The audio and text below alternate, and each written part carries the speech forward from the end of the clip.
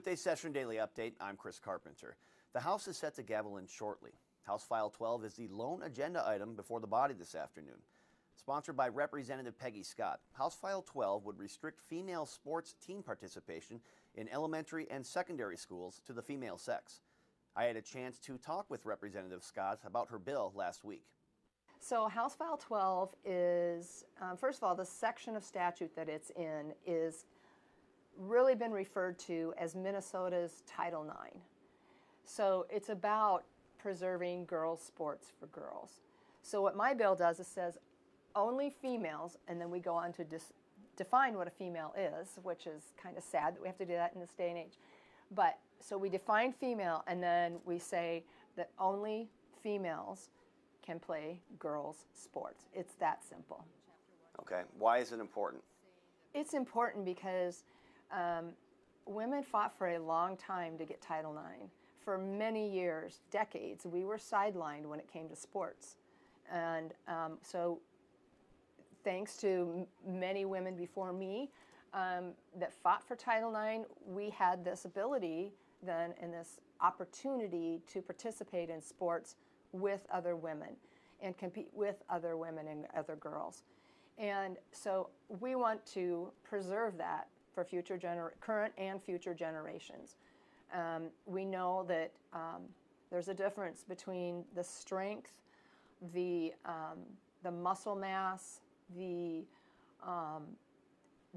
capacity, lung capacity, all these things. Men's hearts, males' hearts are larger.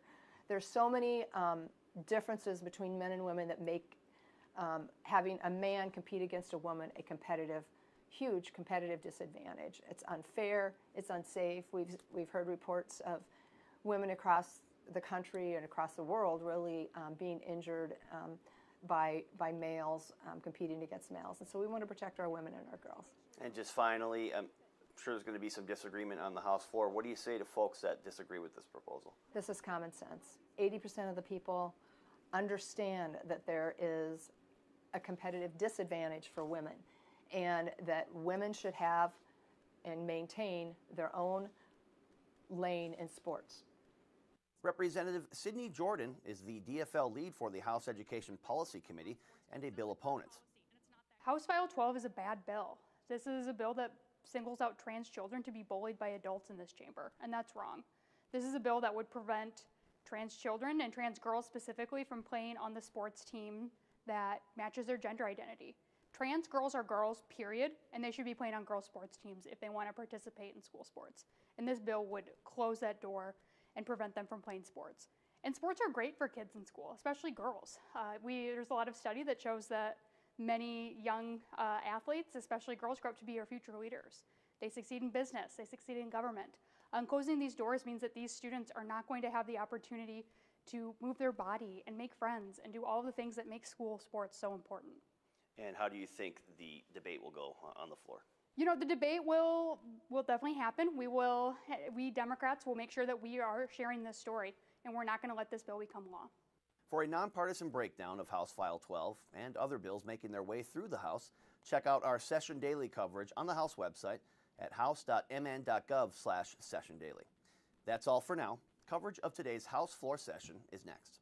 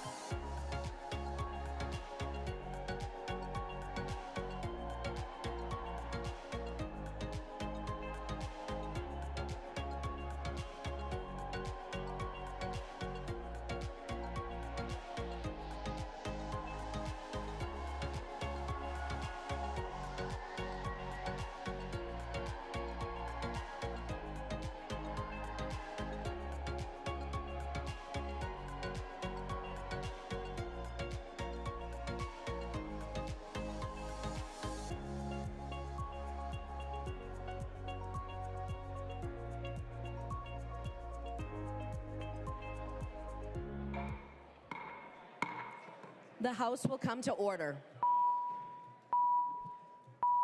Prayer by the chaplain.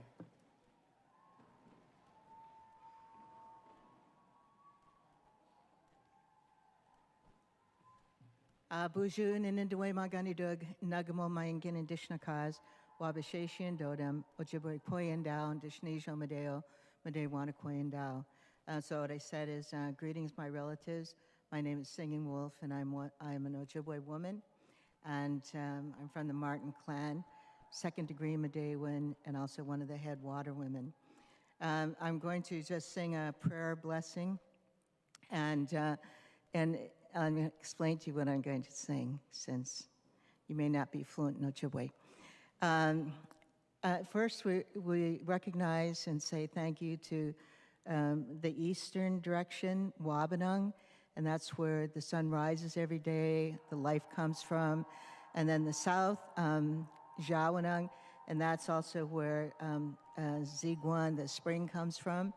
And then in the west, in Gabion, there's a buffalo that stands in that direction and regulates all of the seasons, the waters, day into night, and so on. And then finally, Giwedanung, which is the north, spirit of the north. And there's a white bear that sits in that direction. That's where healing comes from.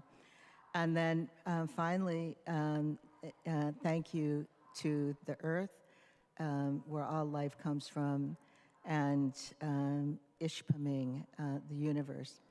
And then finally, in the most profound way, it says thank you to our grandmothers all the way back to the beginning of time, to our grandfathers back to the beginning of time, and also 7 generations forward. And then lastly, but not least, thank you to the most kind creator, Gije Manadu. Wabanang shawanang yin gabian ki wadanang. Wabanang shawanang yin gabian ki wadanang. Mi gwech wendan ni mama haki. Mi gwech wendan ish paming. Mi gwech wendan be madizi win. Mi gwech wendan no komisanan. Mi gwech wendan mi shomisanan. Mi gwech wendan gije manidu. Mi gwech wendan no komisanan. Mi gwech wendan mi shomisanan. Mi gwech wendan gije manidu. Ajuena Mishanan Gije Manidu. Ajuena Mishanan Gije Manidu. Ajuena Mishanan Gije Manidu. Ajuena Mishanan Gije Manidu. Nikani Kani Kanigana Mikwach. The chaplain for today is Sharon Day, Executive Director of Indigenous Peoples Task Force in Minneapolis, Minnesota. Pledge of Allegiance. Please remain standing and recite the Pledge of Allegiance to the flag of the United States of America.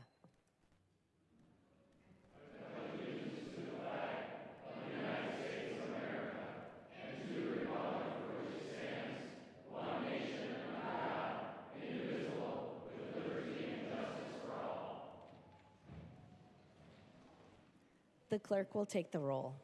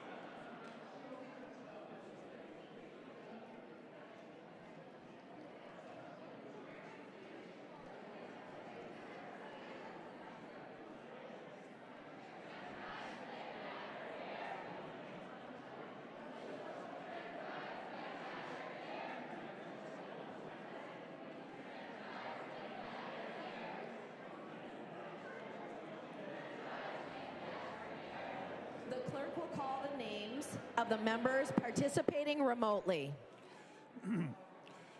Hussein. Okay, Salman Khan. Hussein, aye. Hussein, present. Momani Hiltsley. Here you go.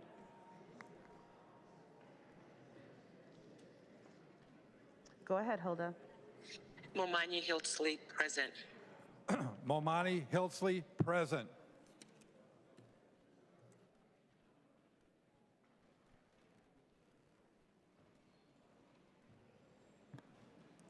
The clerk will close the roll.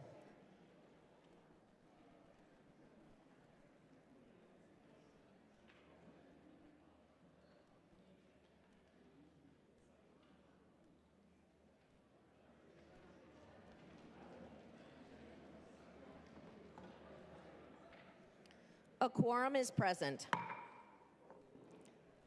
The clerk will read the journal of the preceding day.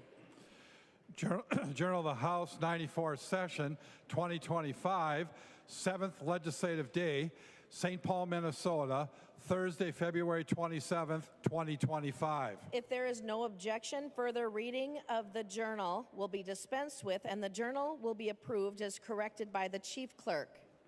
Hearing no objection, the journal is approved as corrected by the chief clerk.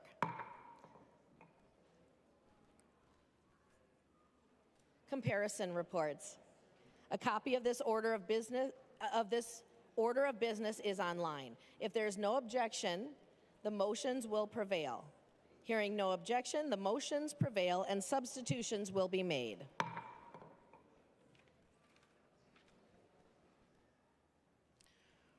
Reports of standing committees and divisions. A copy of this order of business is on your desk and online. If there is no objection, the reports will be adopted. Hearing no objection, the reports are adopted.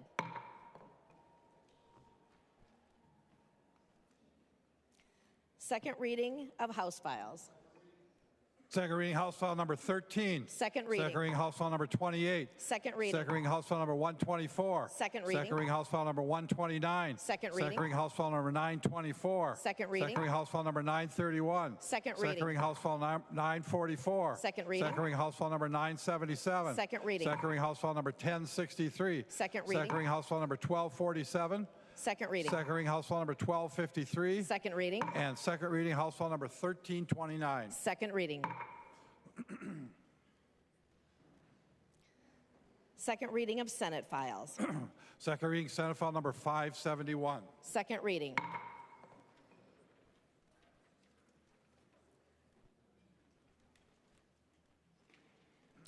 Introduction of bills. The following House files have been offered for introduction today. The clerk will report the House files and give them their first reading. Introduction of first reading of House Files 1744 through 1863. First reading, House Files 1744 through 1863.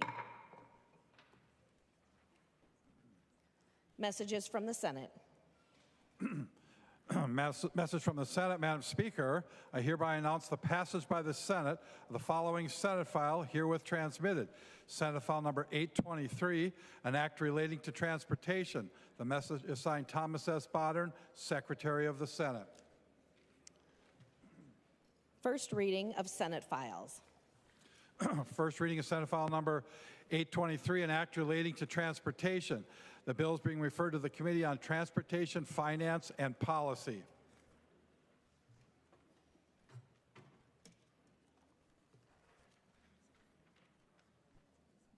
Calendar for the day. The first bill on the calendar for today is House File 12. The clerk will report the bill. House File number 12, number 1 on the calendar for the day, an act relating to education, restricting female sports teams' participation to the female sex. There are amendments at the desk. If there is no objection, we will let the author explain the bill before we act on the amendments. I recognize the author, Representative Scott, who will explain the bill. Thank you, Madam Speaker and members. Today we have before us House File 12, and it is written to amend Chapter 121A in statute. And even a Minnesota court has identified 120A in statute as Minnesota's Title IX chapter. And the title of the chapter is Athletic Programs, Sex Discrimination. This bill gives a definition for a female and then goes on to restrict female-only teams to only females. And Madam Speaker, with that, we'll go ahead to the amendments. Thank you. Representative Jordan offers the following amendment. The clerk will report the amendment.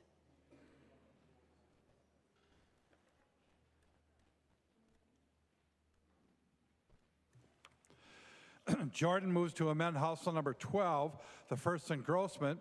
The amendment is coded DE11. I recognize the author of the amendment, Representative Jordan, to explain the amendment. Thank you, Speaker Damath. And members, my DE11 amendment is language that works for sports in Minnesota. This has been the policy for participation in Minnesota for 11 years, and this amendment is rather simple. It states that kids get to play on the sports team that they identify with. This is our current policy in Minnesota. It has worked well for 10 years. And in fact, Minnesota is a state that really prides ourselves on participation in girls' sports. We have seen, since this has become the policy of the Minnesota High School League, we have seen an explosion in girls' sports and participation across our state. We've added new sports like wrestling and other sports. I'm not much of an athlete myself, but in that time, the participation of girls has exploded. We are 22nd, Minnesota, in the country for population, but amongst girls in athletics, we are number 10. So we have lots of girls participating in sports. This is something that works, and this makes sure that all of our students, no matter whether they are cisgender, whether they are trans or non-binary or two-spirit, can play with the sport team that aligns best with their gender expression identity. So if you want to keep prioritizing girls' sports and making sure that kids can just play and be kids, this is the amendment for you. Please vote yes. And Madam Speaker, I would request a roll call on my amendment. A roll call has been requested. Seeing 15 hands, there will be a roll call. Representative Scott. Thank you, Madam Speaker. Members, my bill was written to preserve girls' sports for females only. The Jordan Amendment erases girls' sports. I encourage a no vote. Representative Nash. Thank you, Madam Speaker. Given the importance of whether this amendment goes on or not going on the bill, and given that I see some empty seats, I would request a call of the House. And thank you, Madam Speaker. Do I see 10 hands? There's been a call of the House requested. Seeing 10 hands, there will be a call of the House. The clerk will take the roll.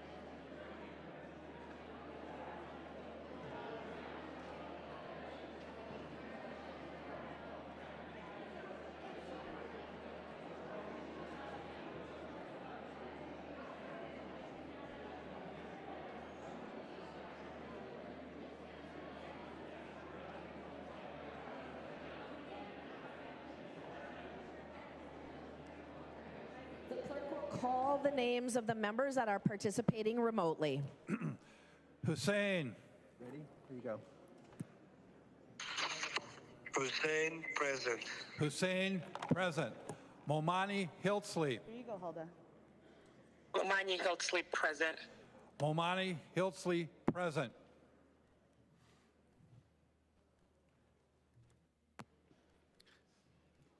Madam Speaker, I request that the clerk read the names of those who have not yet voted.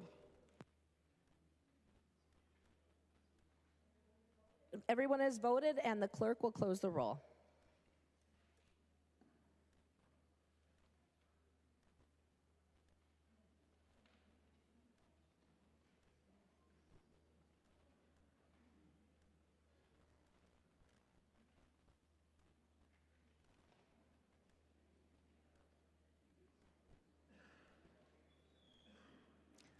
Further discussion?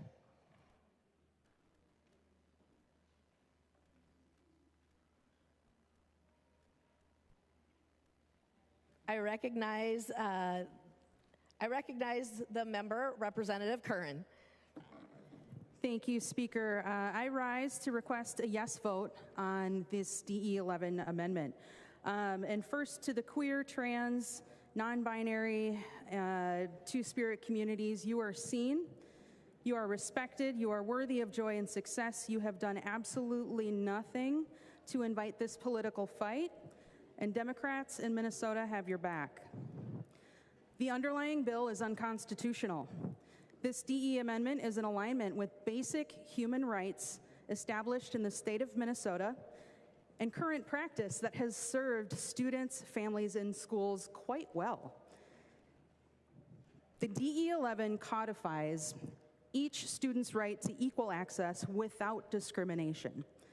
This is the Minnesota that we know, one that refuses to scrutinize and bully children who just want to play the sports that they love with their peers. This DE11 reflects Minnesota's true values. Just let them play. Members, we have an opportunity to turn this bill and this floor debate into a unified message to kids across the state that we recognize basic human dignity and acknowledge the existence of gender diversity. So let's vote yes on this DE11 and promote the values of Minnesotans across the state. Thank you.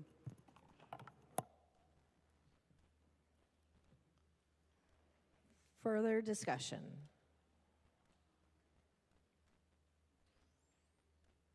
Representative Jordan. Thank you, Madam Speaker. Members, if you really care about girls' sports and children's sports, you will support this DE amendment. This is the policy that works. This is the policies that has seen record participation of girls in girls' sports. This is an amendment that replaces an underlying bill that will have a chilling effect on girls' athletics and replaces it instead with a policy that works. So members, please vote green on this amendment. The clerk will take the roll.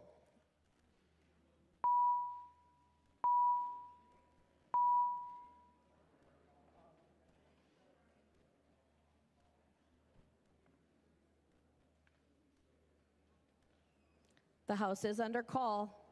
Members, please vote.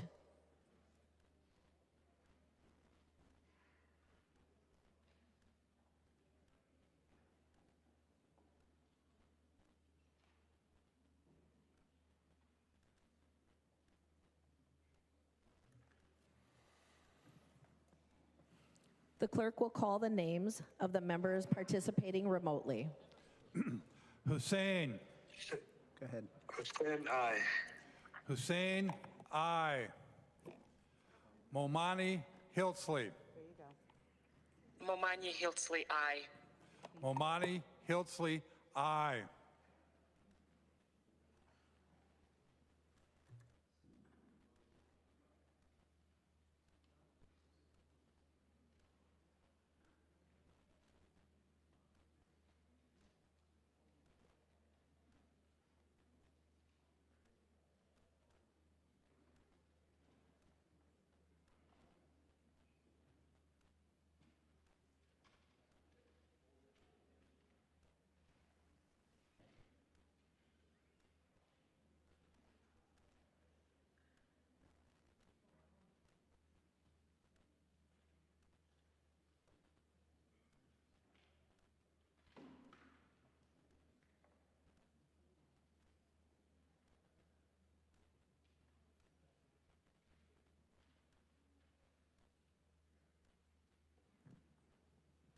The clerk will close the roll.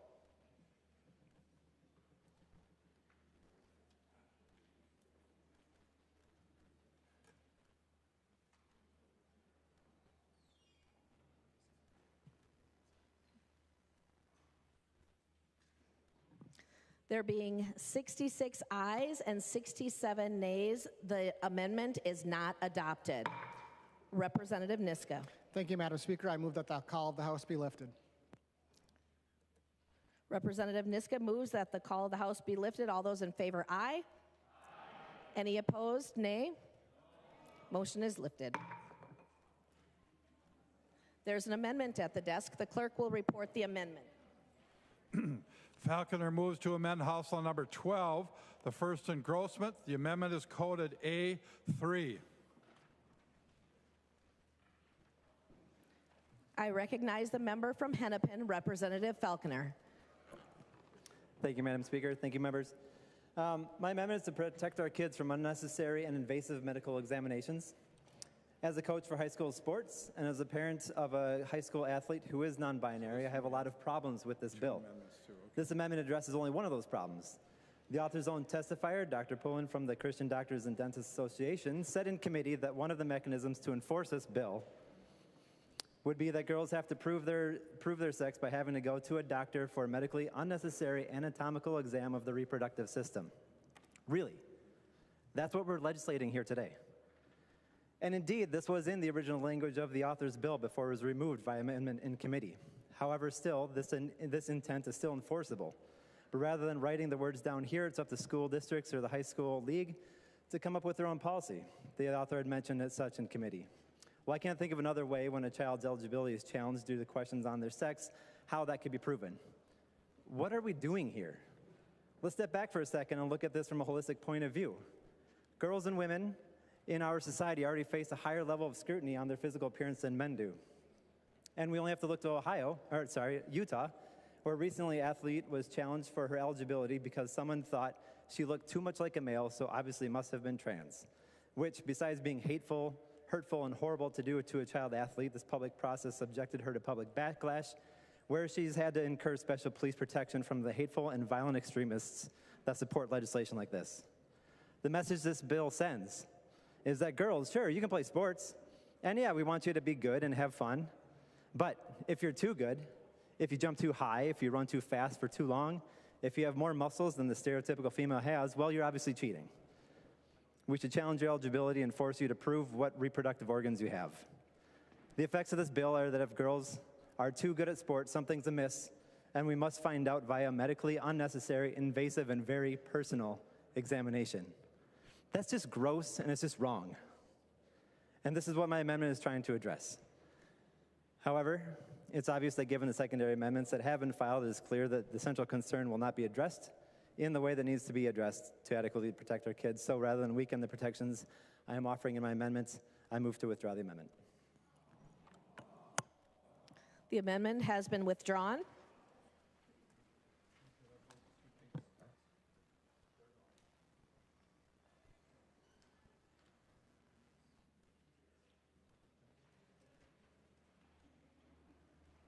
There's an amendment at the desk. The clerk will report the amendment. Freiberg moves to amend House Law number 12, the first engrossment. The amendment is coded A5. I recognize the author of the amendment, Representative Freiberg. Thank you, Madam Speaker. So in committee, the bill author said the purpose of this bill was to protect athletes. Now, assuming that is the purpose of the bill, and assuming that the purpose is not in fact scoring political points against a tiny minority of vulnerable children, subjecting kids to unnecessary examinations, or giving state sanction to bullies, then this amendment should be an easy yes vote. This amendment simply says that before participating in athletics, a school must submit a statement that its athletes are vaccinated against diseases like diphtheria, polio, whooping cough, and measles, unless the vaccine is contraindicated for medical reasons. This amendment will clearly protect student athletes. There's a measles outbreak in Texas that led to the first measles death in the U.S. in a decade. Even the anti-vaxxer Health Secretary Robert Kennedy acknowledged the seriousness of the situation, said ending the measles outbreak is a top priority, and is now calling on Texans to get vaccinated. So with that, I look forward to the discussion. Madam Speaker, point of order. State your point of order. Madam Speaker, I rise under House Rules 3.21, germaneness. The Freiberg Amendment greatly expands the scope of the bill, does not, in the language of the bill, mention vaccinations at all, and he is taking us in a direction that the bill does not go, so I would ask that you find the point of order well taken. And I am prepared to offer advice if I haven't done enough already. Advice. He's expanded it way beyond where the bill is going. Representative Freiberg. Thank you, Madam Speaker. The bill is in the education section of the statute, so is the school vaccination statute, so I would suggest that you find the point of order not well taken. Further discussion. I am ruling that the point of order is well taken.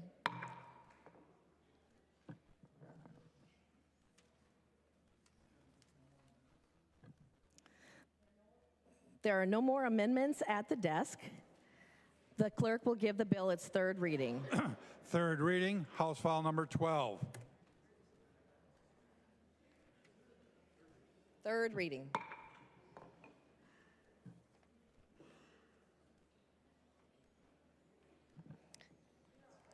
Any further discussion? I recognize Representative Green. Thank you, Madam Speaker.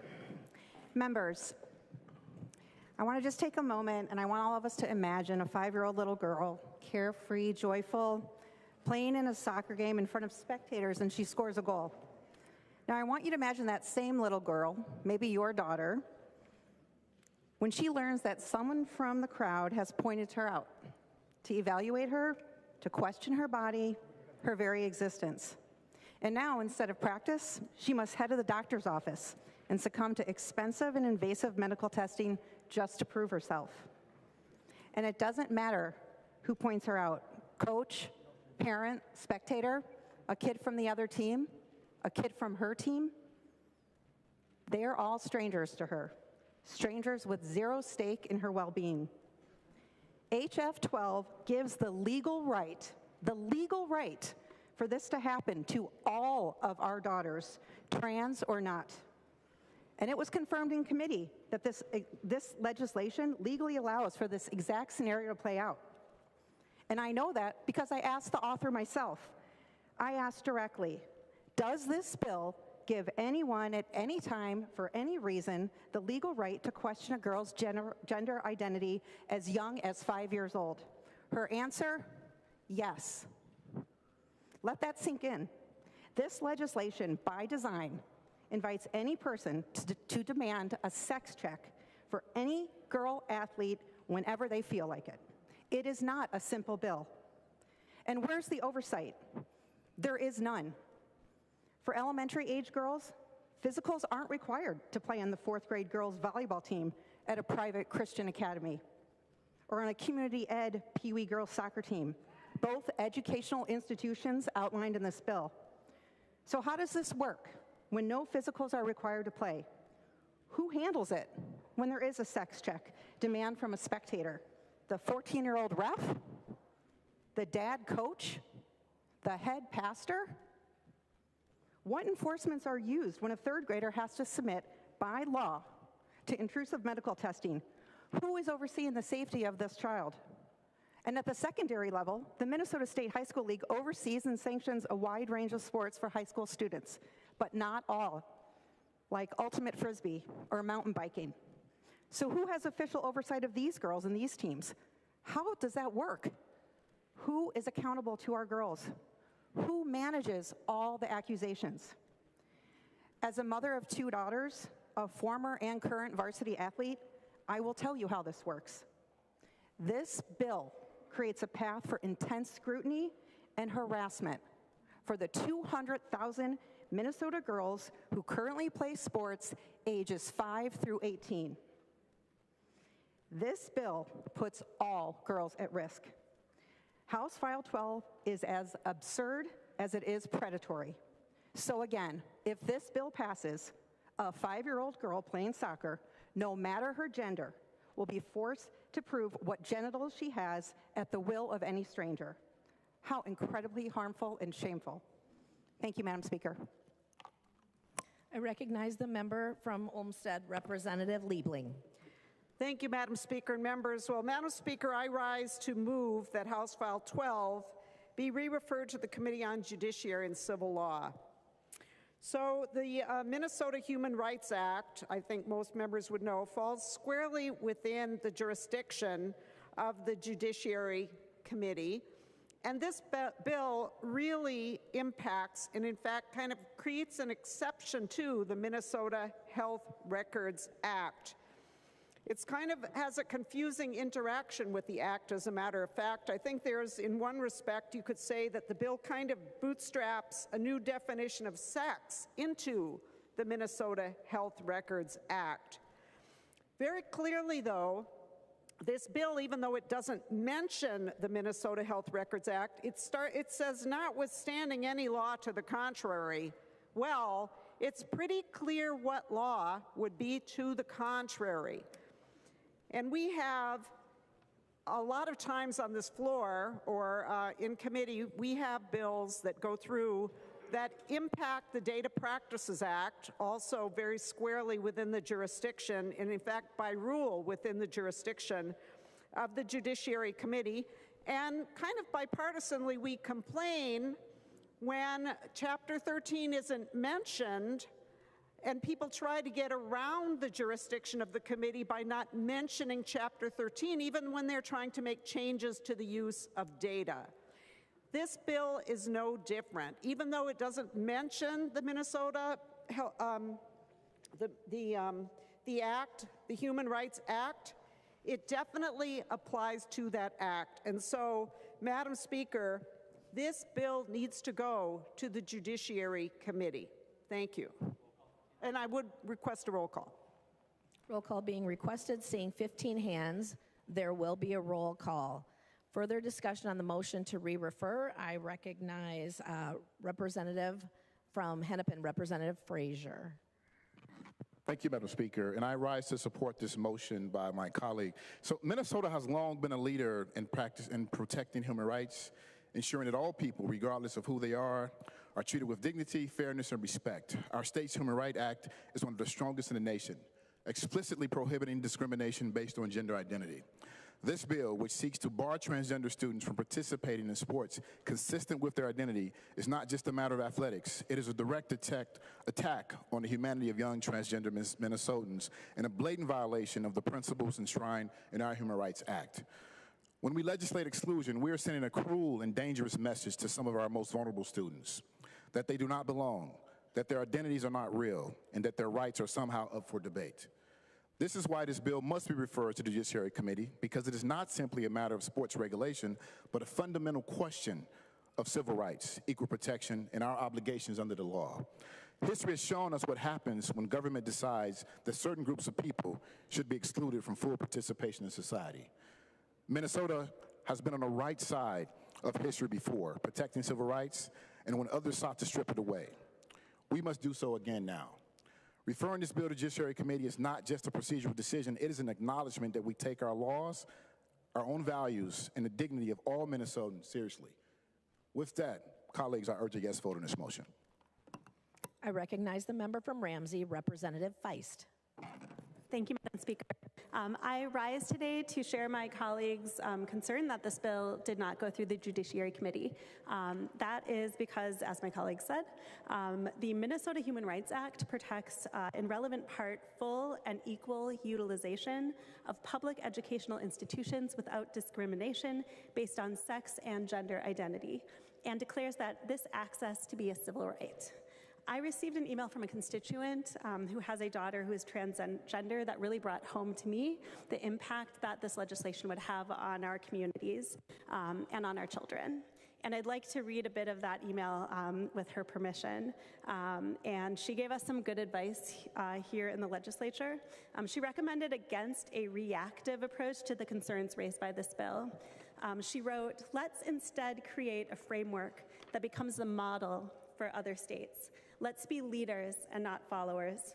Let's have meaningful discussions that involve those who this concerns and those who have doubts, peacefully, mindfully, and respectfully. Based on the key relevance of the Minnesota Human Rights Act, I believe that the proper place to have that conversation is in the Judiciary Committee. Thank you.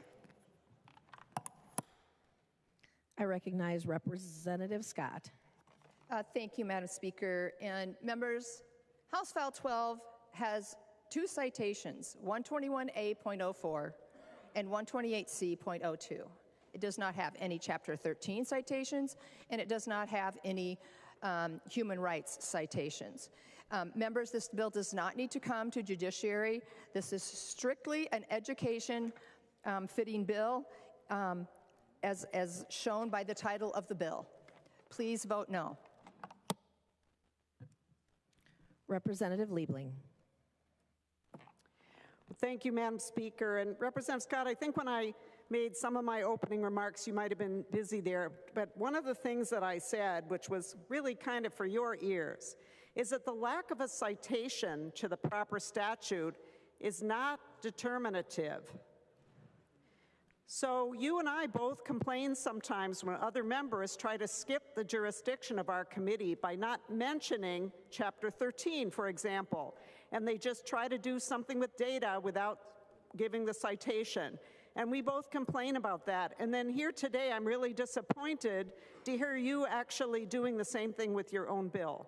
This is clearly a bill about the Minnesota Human Rights Act, as demonstrated by the fact that we're going to hear another such bill in our committee this very week that does something very similar.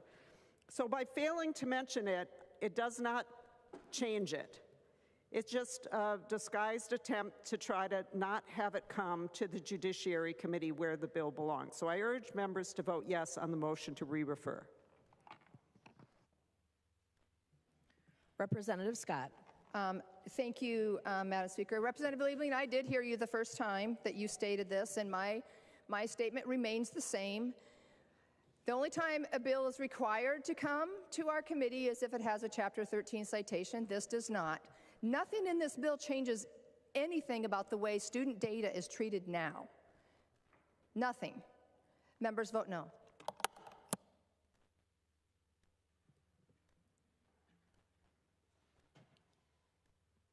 The clerk will take the roll.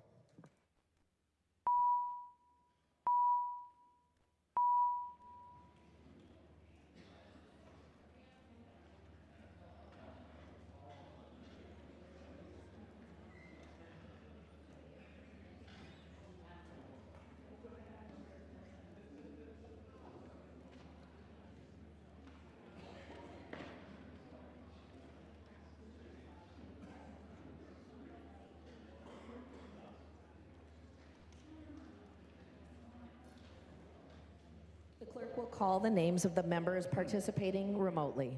Hussein. There you go. Hussein, aye. Hussein votes aye. Momani Hiltsley. Momani Hiltsley, yes. Momani Hiltsley, aye.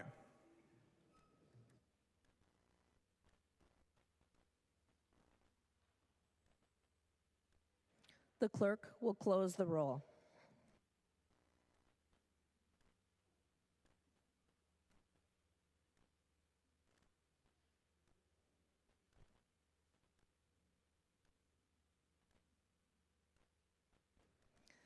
There being 66 ayes and 67 nays, the motion does not prevail. Further discussion. I recognize the member from Meeker, Representative Gilman. Thank you, Madam Chair. We have heard a lot of feedback from people all around the state.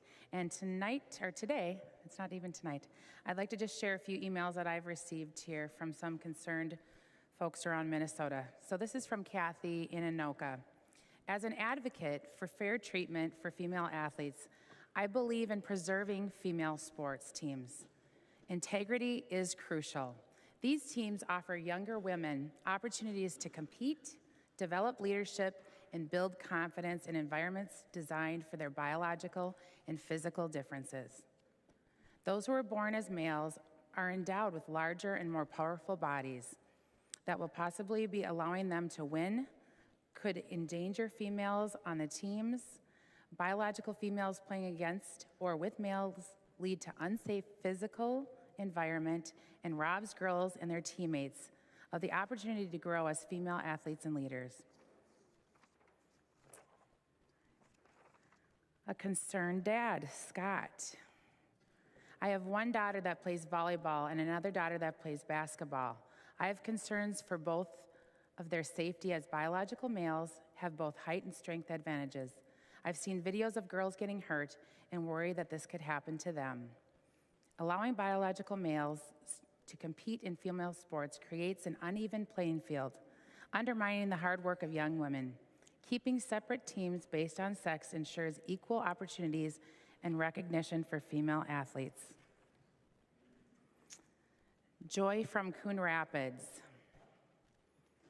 My daughter plays high school volleyball, and it's important that she is playing against only females. Playing against males or with males on her team leads to an unsafe physical environment and robs her and her teammates the opportunity to grow as female athletes and leaders. I encourage you to support this bill and ensure that female athletes are given the opportunity to compete on a level playing field. The preservation of female-only sports teams in educational institutions is a vital issue for the future of women in athletics. I got a couple more, folks. Anthony from Woodbury. Title IX was passed to provide women equal rights in the world of athletics and sports. Allowing individuals who are born as males to compete in sports against women is essentially rolling back Title IX, and that is an extremely short-sighted decision in my opinion.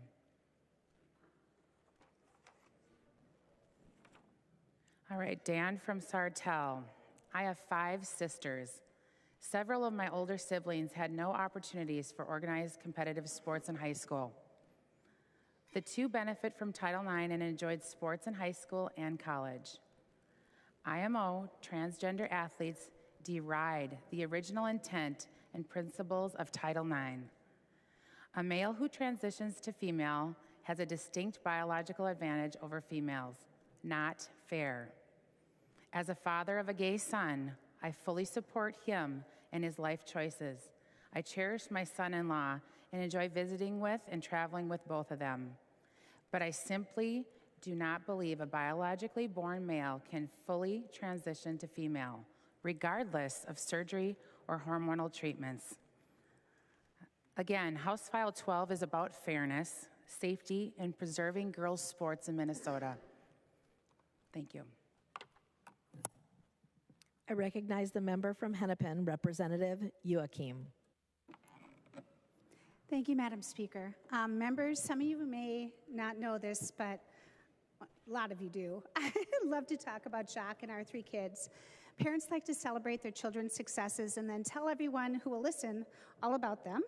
Our middle child got married in April of 23, and I know I did not train our children not to get married during session, but we rejoiced because our son had found the love of his life, his high school sweetheart.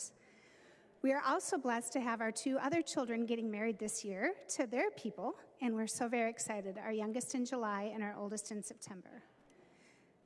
My husband and I have been talking about asking our oldest to marry her partner now.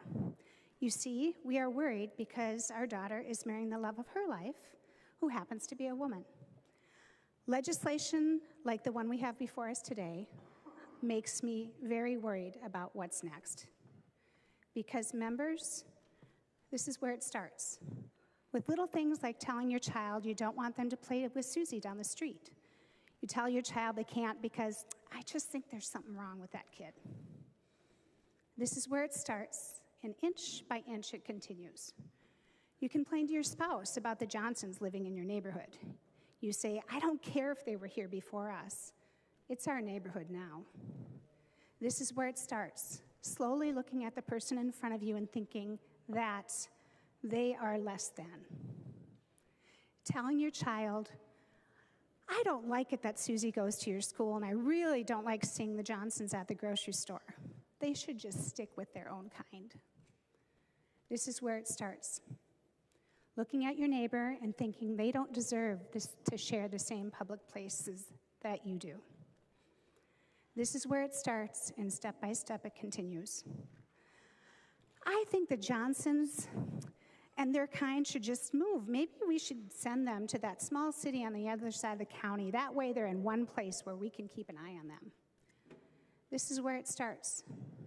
When you look at your neighbor and think they don't deserve the same human dignity that you do. This is how it starts, but it's not how it ends. And history has shown us that this never ends well. It never ends well when you look at your fellow human being and say, you don't get a choice just because who you are. You don't get a choice to play with Susie down the street, a choice of where you live, to marry who you love, to worship how you choose, or to be who you truly are, because you are different than me, because you are less than. My father-in-law immigrated to this country for a better life, because he believed that it would be a country where they would see him as a human being and afford him that dignity, that his children and grandchildren would have that same dignity too. Our daughter was supposed to get married in September to a wonderful woman we already think of as family. But we talked to them yesterday, and we've been talking for a while now. And they are officially getting married in a civil ceremony tomorrow. And I can't be there, and they don't get to have the same ceremonies their brothers do, where it's all at once. They have to do it separate, just in case. And we'll still have that joyous celebration in September. But you know why they're getting married? Because they're watching their courts, and they're worried too. They're worried because of bills like these. You see, this is where it starts. When people stop seeing the humanity in one another, when you see your neighbor as less than you, when you tell Susie's parents that their child can't play sports with your child or their peers just because who they are. But it doesn't have to be this way. As elected leaders here today, at this moment in time, we have a choice. We have a choice to stop and think, is this where we want to start? And if it is, ask yourself, once we do this, where does it end? Members vote no. I recognize the member from Hennepin, Representative Falconer. Thank you, Madam Speaker. I stand again today, not just as a representative from Eden Prairie and Minnetonka, but also as a coach. I proudly coach both middle school cross-country running and high school cross-country skiing. I wish I was standing out just to simply congratulate the Minnetonka High School girls Nordic team for placing second at state just a few weeks ago. It's an incredible achievement, highest placement in school history for Nordic. I'm so proud of what they achieved, and as a coach, I was glad the entire team was able to compete and do their best, whether or not they were in the final set that represented Minnetonka at state. Indeed, every kid should be able to participate. But instead, I'm standing before you and Minnesota as a representative and coach that has a unique experience perhaps I alone in this body has. I've had the privilege of coaching a trans athlete at the high school level in previous years. The too long didn't listen version with the trans girl on the team is, the sky didn't fall. Everyone had a great season. She participated in the team that matched her identity. She competed with and against her peers. She benefited from the physical and mental health benefits sports provides. She was able to have that high school team sport experience so many of us look back on so fondly. And that makes my heart so happy for her, just as it does every kid I coach. I'm asking each of you to consider the impact of your vote. A vote in favor of this ban is a vote against the very principles of inclusion and equality that our state stands for. I implore you to vote no on this measure. This is a piece of legislation in search of a problem. In reality, there are more billionaires in Trump's cabinet than there are trans athletes competing in the NCAA. This highlights how manufactured this issue is, and it raises the question, why are we diverting our attention to this issue when there are far more pressing matters that require our focus, such as lowering the price of eggs, or making healthcare affordable again, or prescription prices, or making housing affordable again, or so many other issues that matter to Minnesotans in their everyday lives. While the oligarchs and the tech broligarchs are currently raiding every social safety net our country has, and the Republican Congress at the same time is using that savings to give themselves and their billionaire owner donors trillions in tax cuts, we're here fighting amongst ourselves whether or not we should pass discriminatory legislation aimed at hurting one of the most vulnerable sets of kids in the state. Kids that already face daily bullying, who suffer from disproportionate mental health concerns, including suicidal ideation and attempts, partially because they feel society doesn't value them. What messages does this dangerous and hurtful bill send to them right now? And that we have nothing better to do as a legislative body than to deny them their rights to dignity while around us the very fabric of our country is being torn to shreds. Banning trans athletes from competing is not about fairness. It is an act that sends a painful message that they do not belong, that their identities are invalid. This is not a sports issue, it's a human rights issue. Every athlete deserves the right to compete, to express themselves, and to pursue their passions without fear of discrimination. By excluding trans athletes, we are not protecting the integrity of sports.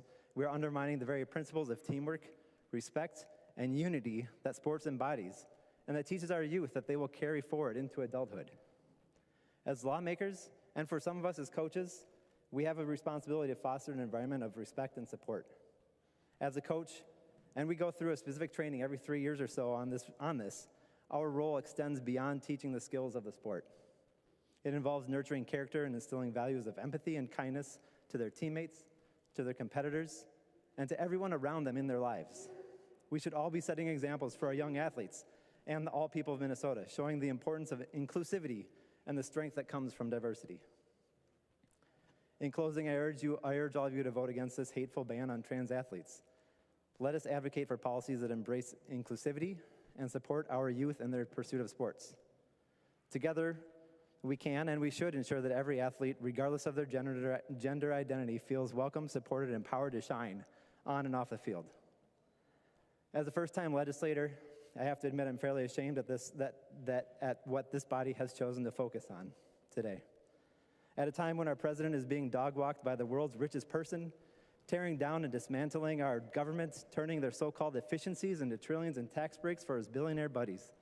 And while the rest of us in this room should be focusing on what DC's ramifications are and will be here at home, how we're going to deal with cuts to education, housing, transportation, disability services, elder care, and so much more, they're succeeding in distracting us with yet another culture war issue meant only to divide and distract so they can put our tax dollars in their pockets, add a couple more zeros to their bank account, and leave us fighting amongst ourselves for the few crumbs that are left. Thank you for the time. I ask you to vote no on this harmful, dangerous, discriminatory ban. And please, let us finally begin debate on real issues for all Minnesotans. I recognize the member from Wright, Representative Rarick. Well, thank you, Madam Speaker. Let's just center ourselves on some things that are facts and data. And I have a report in front of me from the United Nations. So this is a report, gathered information from over 100 different sources. And it was compiled on August 27th of 2024.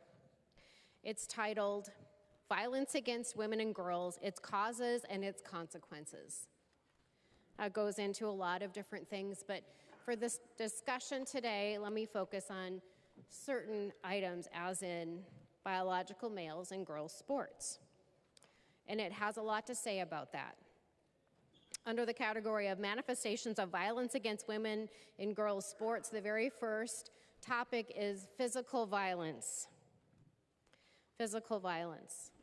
And they were able to demonstrate in this report that particularly volleyball, basketball, and soccer were incredibly dangerous for girls and women when biological males were participating with them.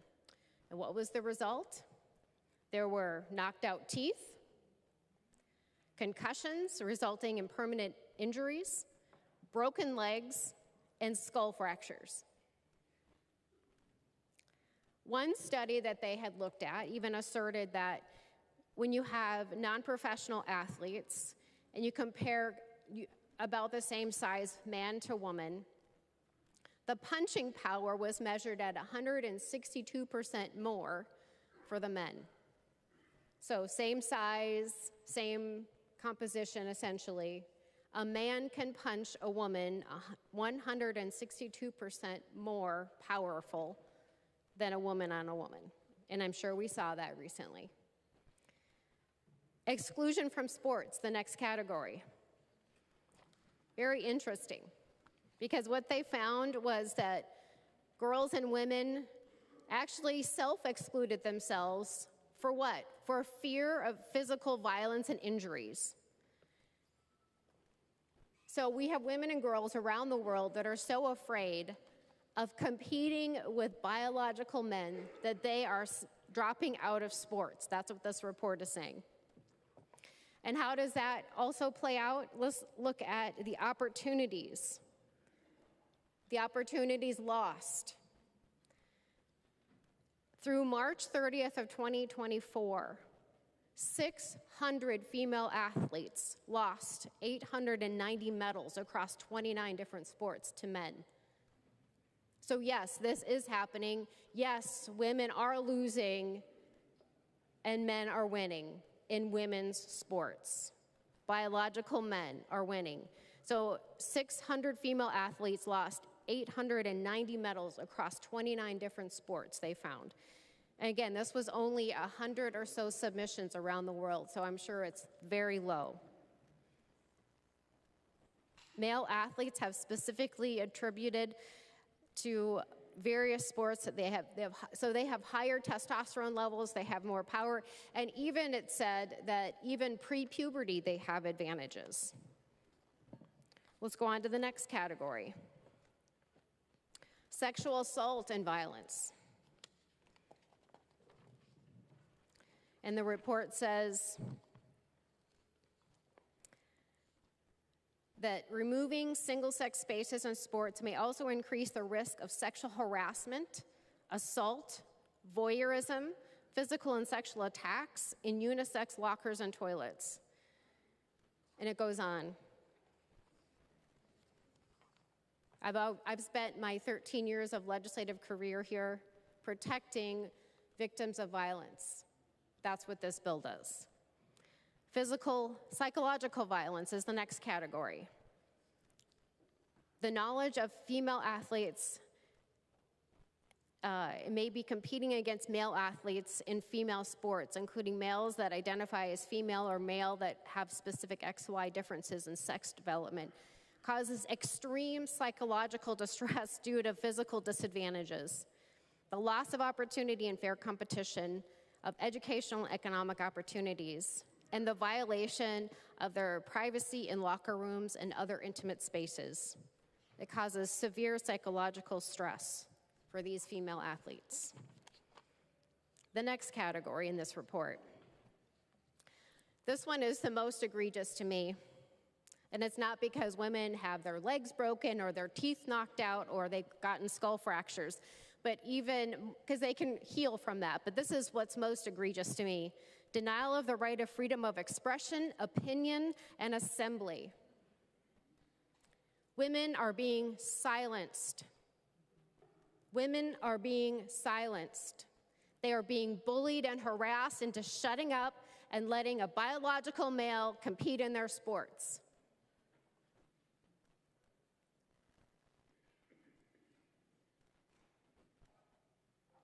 We heard that earlier today.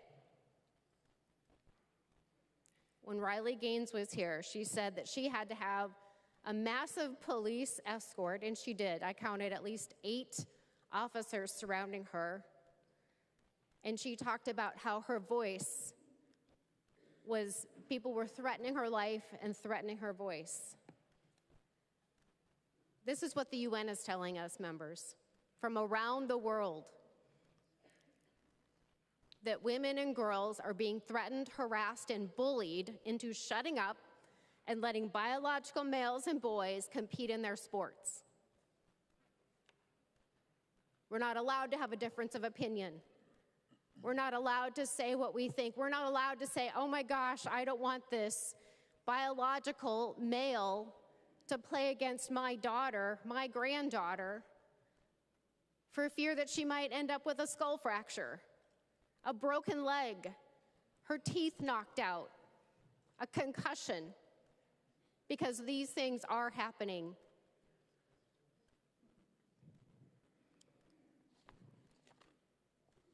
I'm going to go to the conclusions of this report. It's quite illustrative, and it really gets to a lot of the things that were of deep concern on this House floor.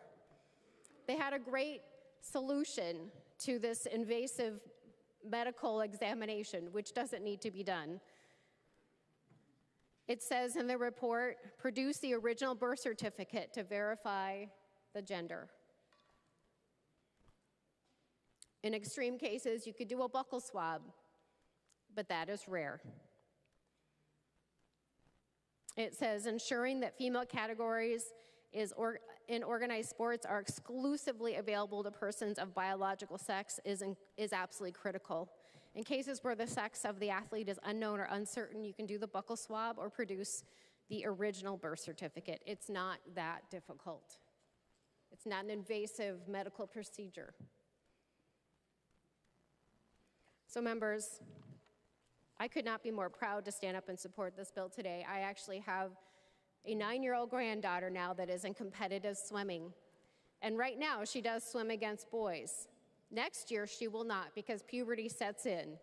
And I can already see, I'm at every single swim meet, members. This is her first year out. And I can see how fast and how powerful those boys are that are just 1, 2, 3, 4 years older than her. They are very, very powerful. They have more testosterone. Remember when I said that a punch from a biological male in one study was 167% stronger than a female? There are so many differences, even before puberty. So members, I urge you to support this bill. Thank you, Representative Scott, for bringing it. And members vote yes. Thank you, Madam Speaker. I recognize the member from Ramsey, Representative Moeller. Thank you, Madam Speaker. While I was not able to pull up the stats quickly enough here, but I do know for a fact that trans people and non-binary people are more likely to be victims of crime than to commit crimes. They are highly more likely to be victims of crime than others. And this is really upsetting to me, what words I'm hearing here, because this rhetoric actually hurts people and puts them more at risk of being victims of crime. We talk a lot about rhetoric in the Public Safety Committee and what words mean to different types of groups of people, and I can tell you that this rhetoric is what puts people at risk. I also want to talk for a minute about gender-based violence. I went to law school because I had friends who had been sexually assaulted and nothing had happened about it. I have devoted my career as a prosecutor to working in gender-based violence issues, and I can tell you that the biggest threats to women and girls' safety are not from trans or non-binary people. The biggest threats to women and girls are predatory men. Predatory men who brag about sexual assault and yet get elected to president. Predatory men who are found liable for a jury for sexual abuse, who have dozens of accusers, who have bragged about going backstage during a pageant when women were changing clothes. Predatory men who surround themselves with other abusers, alleged abusers, and elevate them to positions of power. Predatory men who remove sexual abuse from military trainings. Predatory men who freeze funds from the Office of Violence Against Women that's resulting in domestic violence shelters and sexual assault advocacy programs struggling to stay open. And predatory men who eliminate protections on college campuses for victims of sexual assaults. That's who women and girls need to be worried about in this state and in this country, not trans and non-binary people. Members vote no. I recognize a member from Olmsted, Representative Smith.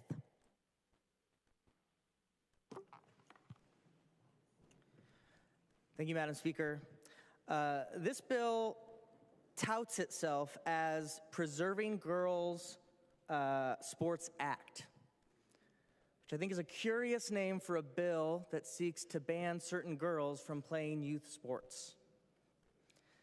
It's also odd that as this bill was making its way through the various committees and bodies to where it is now on the floor, we heard a lot about thoughts and feelings, but I didn't hear anything about particular girls' sports clubs or teams that were shut down because of trans participation.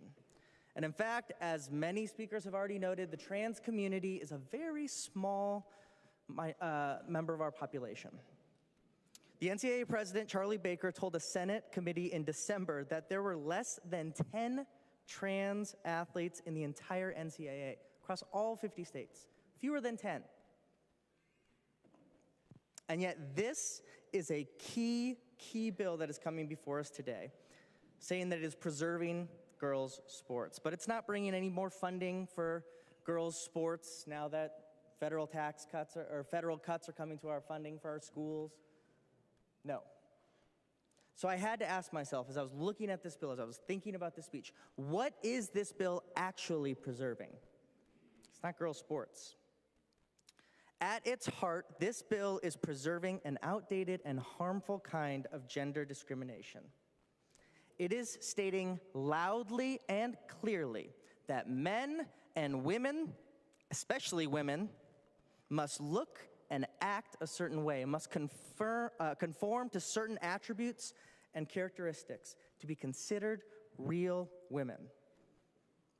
No room for diversity, no room for the intersex community, no room for the vast continuum of gender expression, gender experience, any sort of exclusion. This bill says plainly, girls must look one particular way or else. And the or else is they can't play youth sports in this particular bill.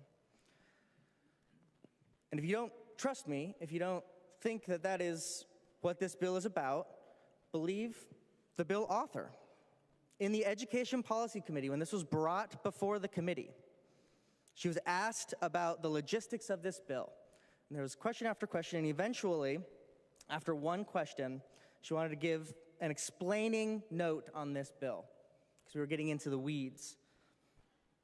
This is what the bill author said, I quote, "I will say this bill is about the obvious thing in front of us that 80% of the country feels and believes, and their eyes do not deceive them. There's a difference between male and female. That's what this bill is getting at. We're preserving girls' sports because there's an unfair advantage if they are in competition with a male. We're trying to protect our girls. That's what this bill does. And because the world we live in is demanding so many definitions of everything, and there's a whole new dictionary of terminology that we are having to learn, in this bill we're having to define what a female is. When most people know and trust what their eyes and their brain is telling them. What most people know with their eyes and their brains. Women and girls, non-binary folks of Minnesota, your womanhood, your personhood must conform to their eyes and their brain. That's what this bill is about. That's what it's telling us. It's clear in the language. This bill says to every female athlete that you better stay within a basic understanding of what a woman is. Do not stray from that. Don't be too fast. Don't be too slow. Don't make too many threes. Don't score too many goals. Be a certain shape. Don't be too muscular. Be modest. Maybe don't cover your head. Wear makeup, or maybe don't wear makeup. Don't swear. Smile more. Don't embarrass the boys. In fact, we always schedule you before the boys varsity team. Don't be too heavy. Don't be too skinny. Don't have your hair too short, because you always have to conform, not to your identity, but to the eyes and brains of the people who wrote House File 12. Their opinion matters, not yours. That's what they're saying in this bill. That's the goal, and that is why this bill struggles to define femininity in it. Colleagues who are going to vote on this, have you read the definition that is in this bill that you're going to vote green on? I want to read it to you so you know what the definition is in this bill.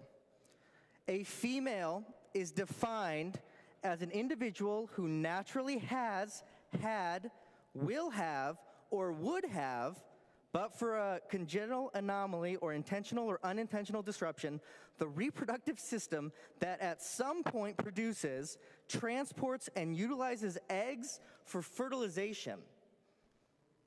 Are you serious? That's how you want to define what a female is? You think that's common sense? You think Minnesotans are going to be on your side with that? You think judging whether a 6-year-old can play basketball should be based on their potential future fertility? That's what you will vote green on in a little while. You think 80% of Minnesotans are behind? They aren't behind you on this. Imagine flyers at your local middle school. Tryouts for girls' swimming team. Be ready to prove your future or current fertility. Do you honestly think Minnesota parents are going to be on your side when you pass a bill that Saturday at the soccer fields, anyone walking across a game can look at one of those participants and question whether that is a girl or not? And suddenly those parents have to pay for genetic testing or take their child into a doctor's office for an exam that can be very invasive? This is not common sense. This is not protecting youth sports. This is discrimination. This is dangerous, and this is just weird. But I'm going to end with some good news. This discrimination, House File 12, is not going to stand in Minnesota. It's going to fail here today. Trans girls will continue to be able to play girls' sports in our state and learn all of the lessons, have all the experiences that they are currently having. And Minnesota will continue to be one of the leaders in our country for girls to participate in sports. We are proud of that. Very proud. Today, this bill will fail, and ultimately, eventually, the anti-trans and anti-woman agenda that is behind this will also fail. Thank you, Madam Speaker. I recognize the member from Hennepin, Representative Robbins. Thank you, Madam Speaker and members. I rise in support of this bill. And I'm interested in some of the conversation we've had today. It's been a good discussion. But I think there's been some things that were said that were not appropriate about the bill. First, it was said that it's a dangerous and hurtful bill, and it's saying that we are banning trans athletes from competing. And members, that is not true. And I have passed out, I don't know if it's ready yet, but I'm sending around some sections of statute. So Minnesota law requires that we protect gender identity as a status. So we will do that. So under this bill, trans kids are not being told they can't play sports. They are saying that they cannot play sports outside of their biology. And so the law does both. The law allows no discrimination against transgender kids for their identity status, but it also very explicitly says we have to protect female sports, biologically female sports. So the law has already found that balance. And members, I just want to refer very quickly to statute, which is hopefully coming around. But the first section is Minnesota Statute 121A.04, and it's about sex discrimination in athletic programs. And it talks about equal opportunity and athletics, you know, a big long paragraph I'm not going to read to you. And then in subdivision in 3, it says exceptions, notwithstanding any other state law to the contrary.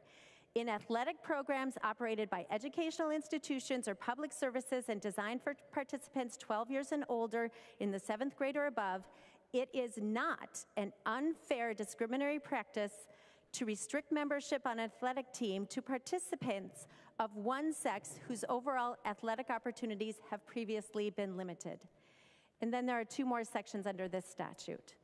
So current law, members, gives the exception for us to have protection for girls' sports. We already have that. So this bill is just sort of the belt and suspenders on that.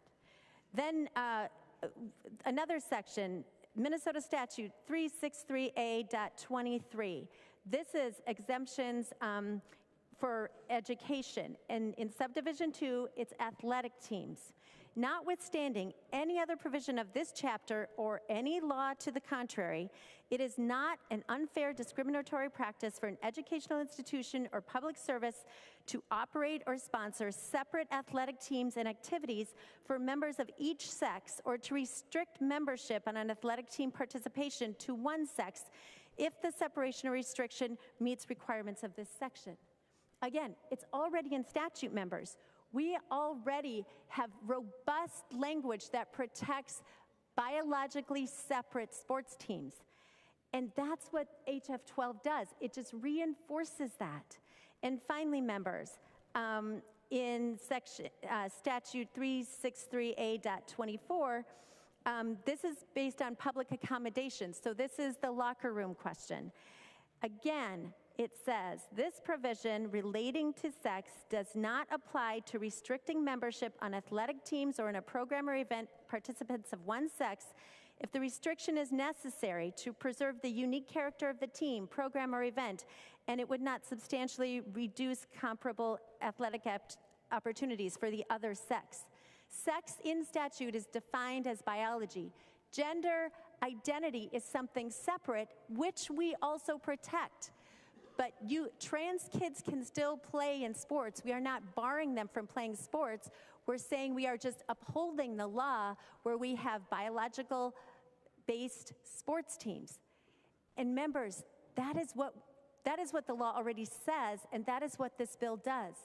So I encourage you, members, to really think about how important this is. Girls, women predating our generation, my generation, fought hard to get Title IX. They fought hard to have opportunities for girls to play on their own teams and to have sports competitions against people of their own sort of ability. Biological males have more muscle mass. They have better lung and heart capacity. They are stronger. They have more endurance. It's a question of fairness. And the women who fought hard for that want that same thing for their girls. I wanted it, all three of my daughters played sports. I want it for some future grandchildren someday.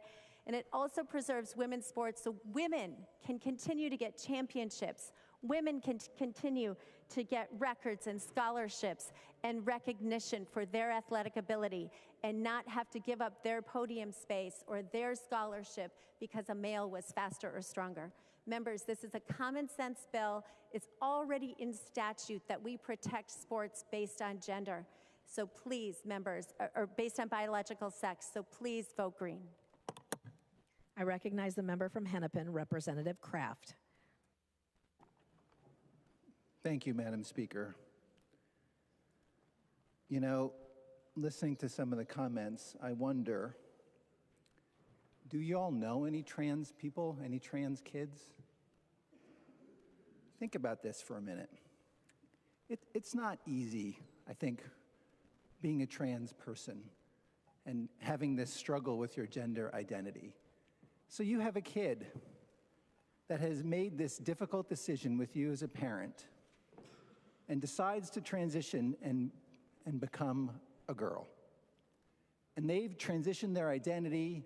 It's made them feel better, feel them part of something. They're making friends, they're working through stuff, and they decide to go play a sport. And then you're going to tell them, you know what, no, you have to play on the boys' team? Think about that. You need to talk to some trans kids. You know, if we're going to be talking about trans people, I don't understand why we're not talking about the fact that 1 in 4 are physically attacked because of their gender identity, and 2/3 have been verbally attacked. That'd be worthwhile talking about. So why, at this particular time, with everything else going on in Minnesota and the country, are you bringing this particular bill to the floor right now? Of all the things that you could have picked to make people's lives better, this is what you picked? Because the effect of this bill would be to further exclude and marginalize people who are already being physically and verbally attacked. You know, I think the core question that we need to start with here is, do trans people have a right to exist? I hope everyone would answer that yes. If they do, I believe in this country they should have the right to life, liberty, and the pursuit of happiness. So let's take a step back and think about, we're not talking about college athletics, we're not talking about the Olympics or pro sports, We're talking about high school, middle school, and elementary school sports. Let's take a look at the purpose of pre-college athletics. And I went to the National Federation of State High School Associations, and this is what they say. Athletics are integral to the American education system because they have educational value. By participating in athletics, young people have the opportunity to learn, grow, and develop just as they do in the classroom. These programs promote physical and mental wellness and positive self-image. And surveys have shown that students who participate have higher grade point averages, better attendance records, lower dropout rates, and fewer discipline problems.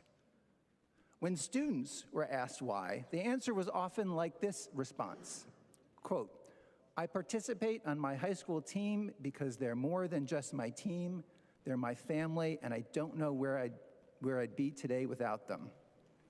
According to a study by the Aspen Institute, the #1 reason why students play school sports is to have fun, engage in exercise, and spend meaningful time with their friends. So why shouldn't trans kids have this experience? You know, I think about this issue, as you probably can tell, as a parent. And I received an email from a parent of a transgender student in my district who said the following to me in talking about this bill. Its real purpose is to marginalize all trans athletes. It is vital to mental health and affirming to be able to play on a team that reflects your chosen gender. It's a trap to say that trans women pose a safety risk or have an unfair advantage to other athletes.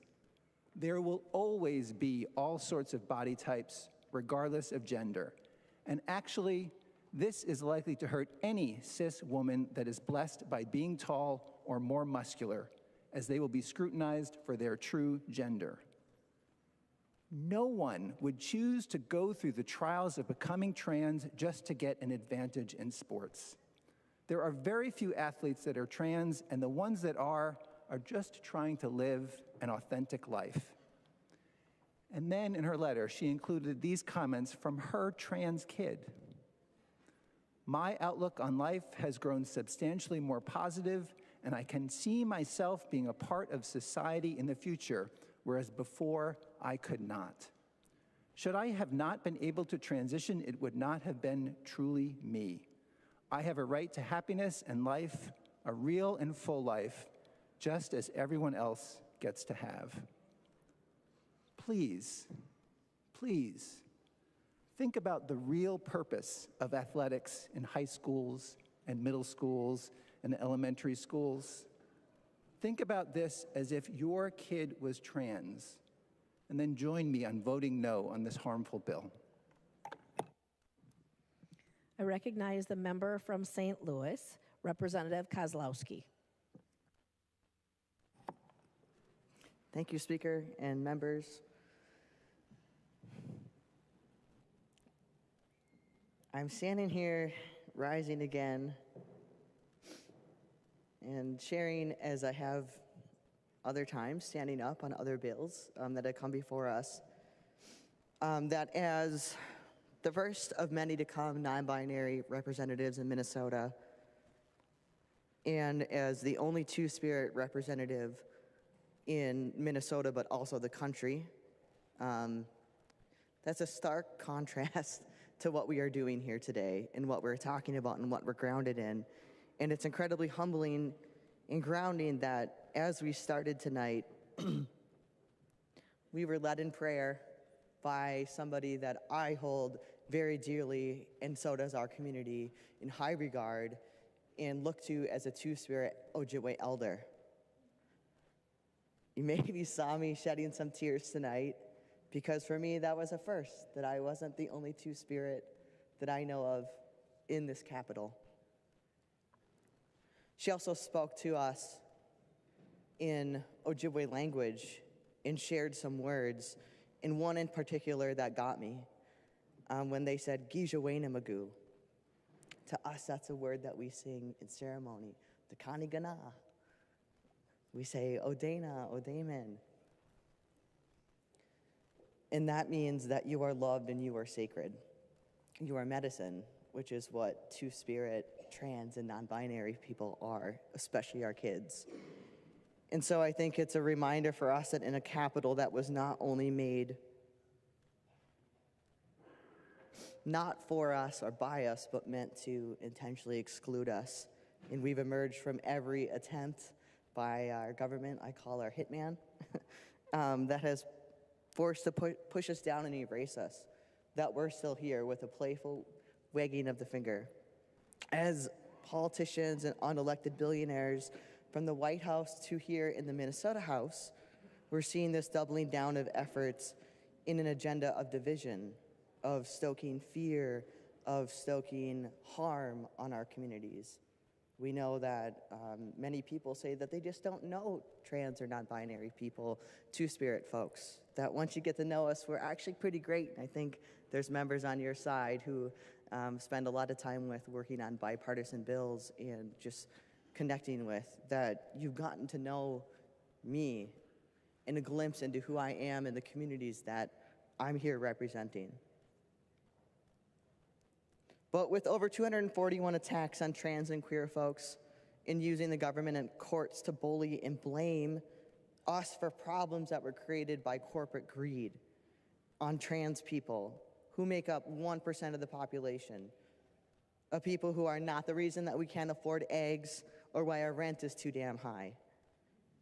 And we're facing an era of anti-trans violence that is born of the playbooks of the colonial violence used against two-spirits right here for over 500 years to reinforce the gender binary and use colonial powers to do it.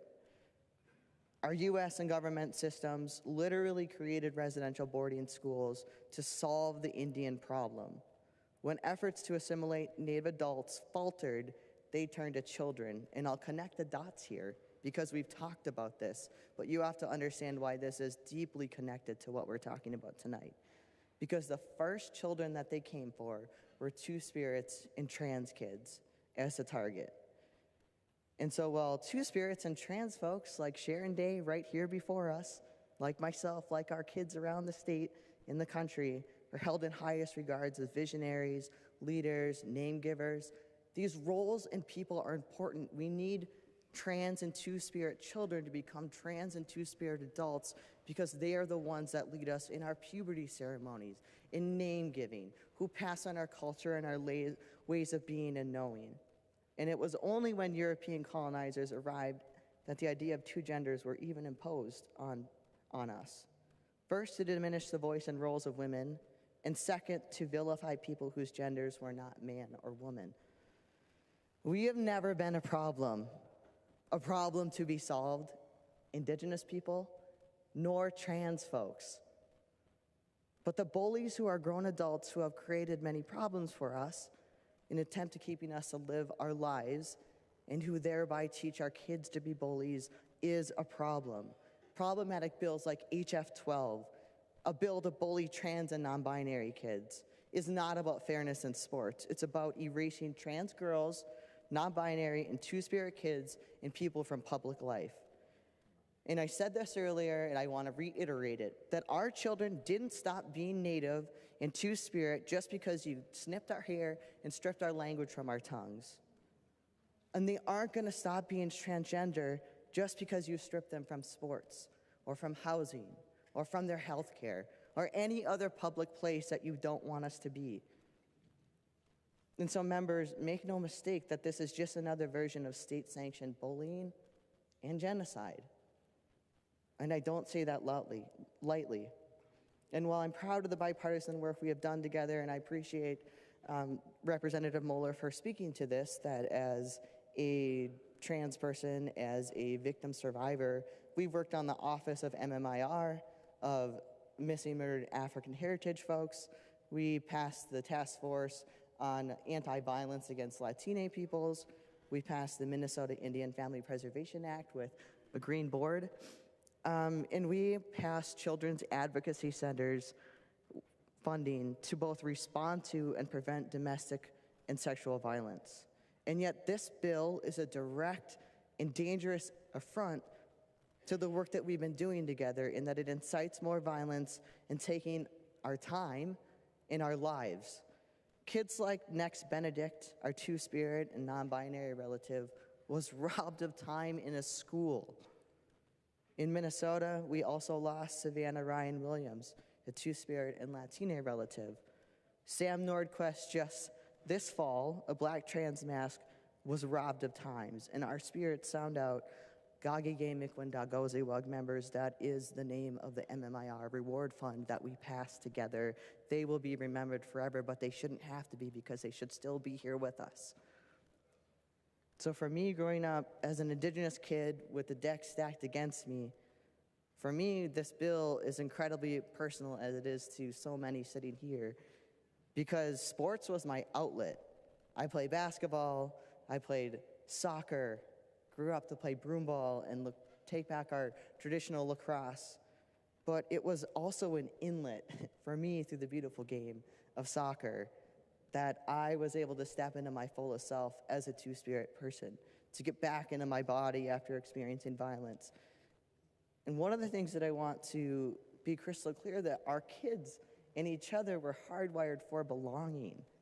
So for all the little leashes and the little Lees out there who are in schools and in places, especially for our kids of color, for our trans kids, for non-binary kids, it's an awkward, rumbly time to figure out who you are and what your dreams and what you want to do in this big, wide world. That to be able to step on the field and just be seen as another teammate is a really important thing. To know that someone has my back, to know the feeling of going to practice, some tough practices that lead to winning and victorious at a soccer match, to the loss of the sting of a tough loss. All of these things are fundamental to the experiences that grow and teach us how to go up and move in the world and do big things into our work, into our lives.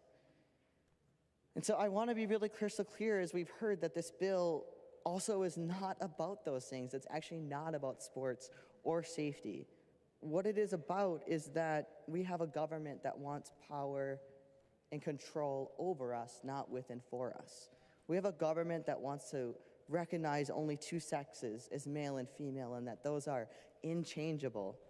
We have a government that wants to restrict access to health care, that wants to ban trans girls and non-binary kids from playing sports, from locker rooms and restrooms, and from public life. And we know that our gender fluidity scares people because we refuse to be controlled. My grandma taught me that love means we get to change like the seasons. That's the foundation of sovereignty, of our communities. That's the foundation of what we're taught, myself as a parent, of how to raise our littlest. It's why growing up, my grandma never made me wear the girl clothes or get the boy toys from McDonald's. Besides the car and the dinosaur were way cooler. But we know that clothes and toys are just that, clothes and toys. And for my grandmother teaching me those lessons embedded in me, that what it means to be sovereign, to be capable of perpetual ship-shifting and expansiveness. And I'll tell you that she also taught me that we've always been here and that we're not going anywhere. And in the same way, I'll continue to stand up here and reiterate that no matter what we do, you can't legislate us out of existence. Never worked, didn't work for Indigenous people. Besides, we're people that try to tell us, no, it doesn't work very good. We're also a community that has been called to shine a light in places where people say there will be no light. And thankfully, our community isn't defined by those who want to do us harm. But as somebody whose Ojibwe name literally is yellow cloud, a big, bright, booming light and voice, I want trans girls and trans kids, non-binary, two-spirit youth everywhere to know this, that no one gets to debate your existence as a trans, non-binary, two-spirit person, period. People love to act like our identities and our bodies, our spirits are up for discussion, as it has been on Showcase here. But the reality is that there is no one way to be trans, no universal experience of gender, dysphoria, or euphoria. However you exist, you are valid, and it's not up for debate. And I'll leave you with this. This is actually something I've left with you before, but I think because this bill is before us, it's a reminder that we need the reminder from our fan favorite, Andrea Gibson. I know how much the pain of this world weighs, but we can still skip the scales in light's direction towards love. So to trans kids and girls and non-binary kids everywhere, come be everything you are in this world. Let them play, let them live, let them thrive. Miigwech. I recognize the member from Ramsey, Representative Finke.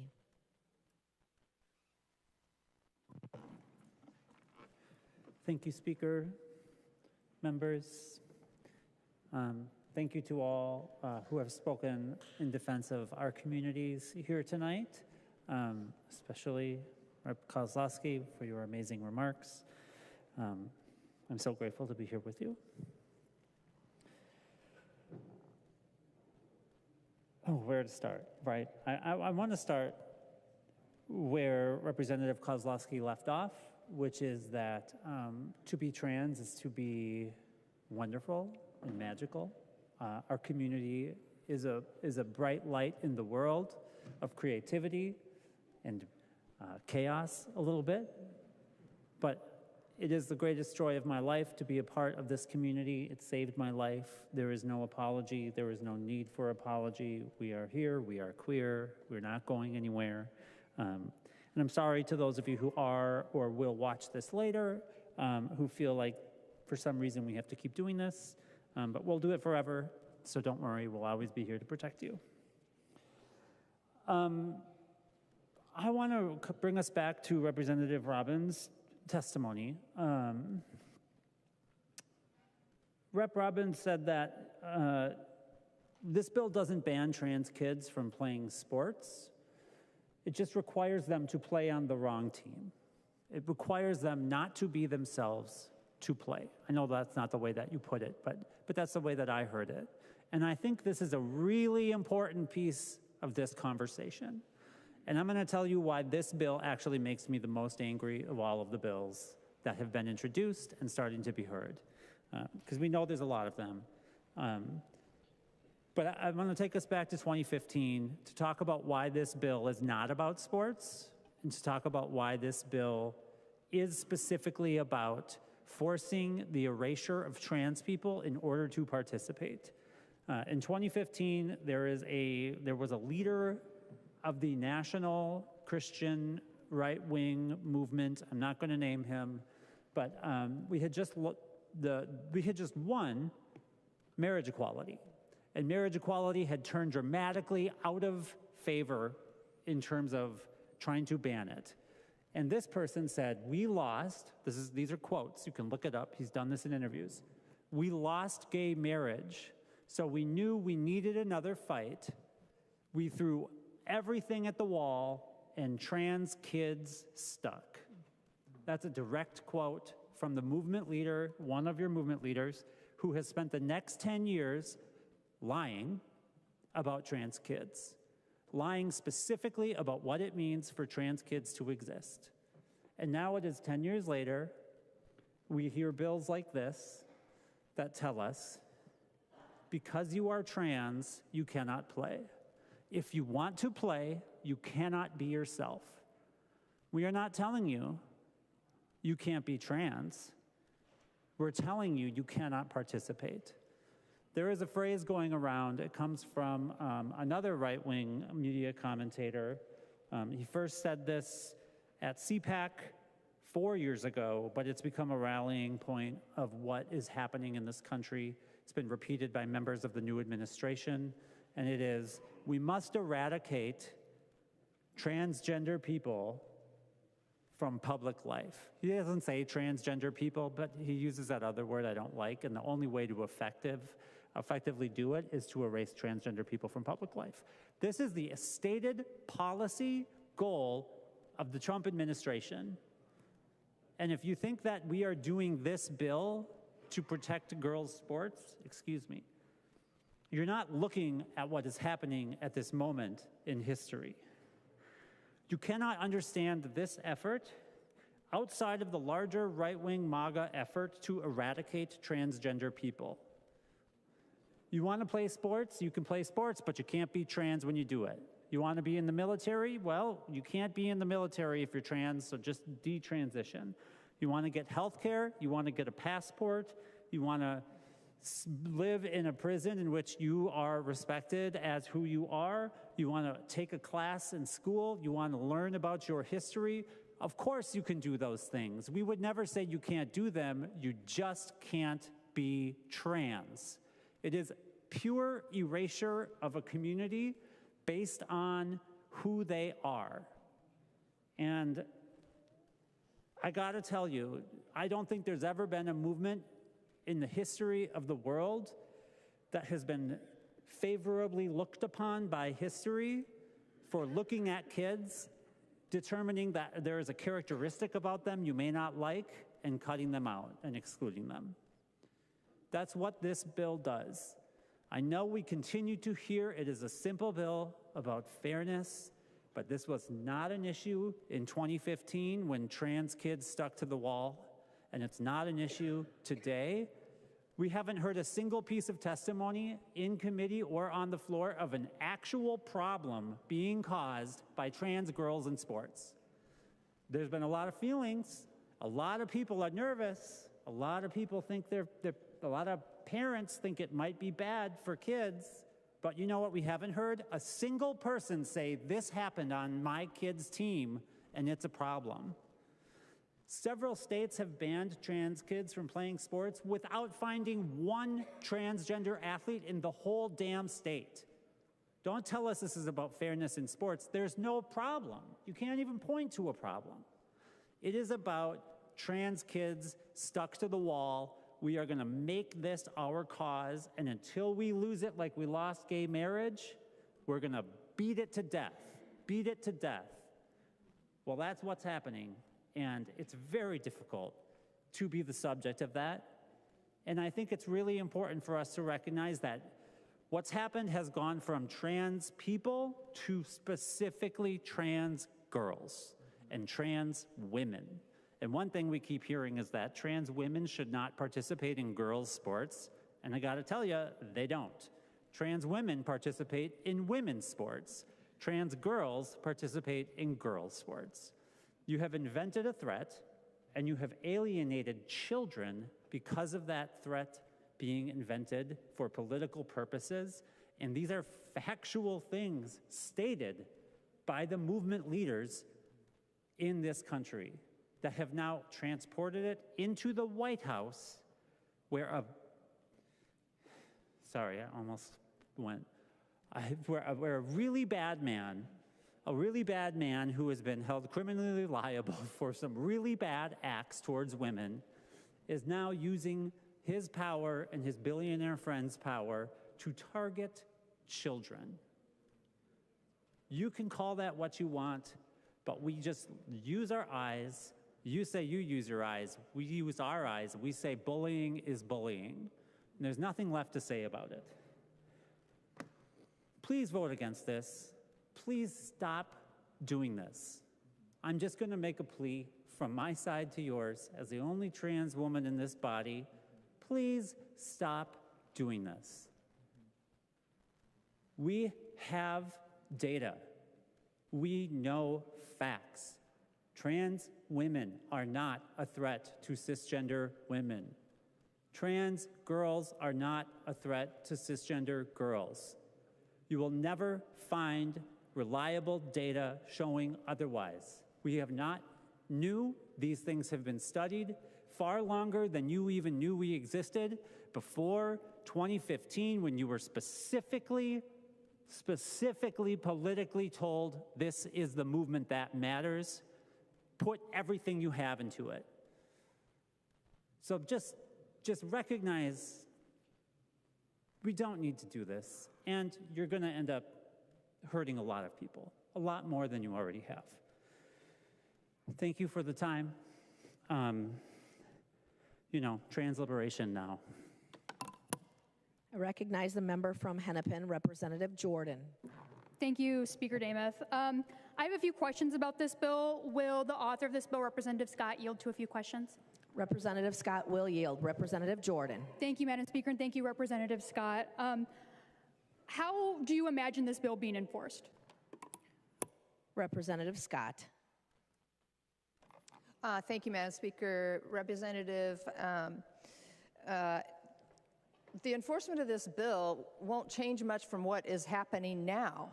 The current law says that because girls were discriminated in sports for so many years, that they're entitled to their own teams. So really the main thing in this bill that is changing is because we have to add a definition for the word female. Representative Jordan. Thank you, Madam Speaker.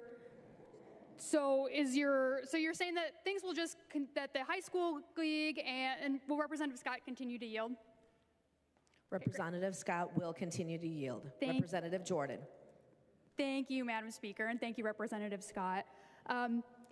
So if things are going to happen just the way they're already happening, why not stick to the original policy of the high school league? That's what's happening right now, and if that's working fine, why bother having this bill? Representative Scott. Thank you, Madam Speaker. Representative Jordan. Because the high school league has decided to question what they should do about a federal Title IX matter that has been issued, and so they're trying to find what the accurate interpretation of statute is, so we're trying to make it abundantly clear in this statute. Representative Jordan. Thank you, Madam Speaker, and thank you, Representative Scott. Members, to be clear, the high school league is not asking for this bill, and there isn't any miscommunication about what this bill does. What is happening is the high school league has had a policy in place for 10 years that says that kids get to just play sports on whichever team they want, and that has been working. There isn't a need for this bill. And we could have just adopted the language that was already working with the DE11 amendment, but we voted that down. And will Representative Scott yield to a few more questions? Representative Scott will yield. Representative Jordan. Thank you, Madam Speaker, and thank you, Representative Scott. This bill, as it was introduced, mentioned that enforcement would be based on an athlete's anatomy, chromosomes, and hormone analysis. Could the high school league use these tests when evaluating a girl's eligibility? Representative Scott. Thank you, Madam Speaker. Representative Jordan, that bill's not the one before us. Representative Jordan. Thank you, Madam Speaker, and thank you, Representative Scott. So what should the high school league use to evaluate an athlete's eligibility to play on the team of their choice? Are you asking Representative Scott to yield? I am, Madam Speaker. Thank you. And would Representative Scott yield to that question? Representative Scott will yield. Representative Scott. Thank you, Madam Speaker. We're asking the high school league to abide by the language of this bill, should it pass. Representative Jordan. Thank you, Madam Speaker, and thank you, Representative Scott, for answering those questions. But when you don't state what the enforcement is, then all enforcement is possible. Testifiers in favor of this bill stated that there should be physical exams for athletes.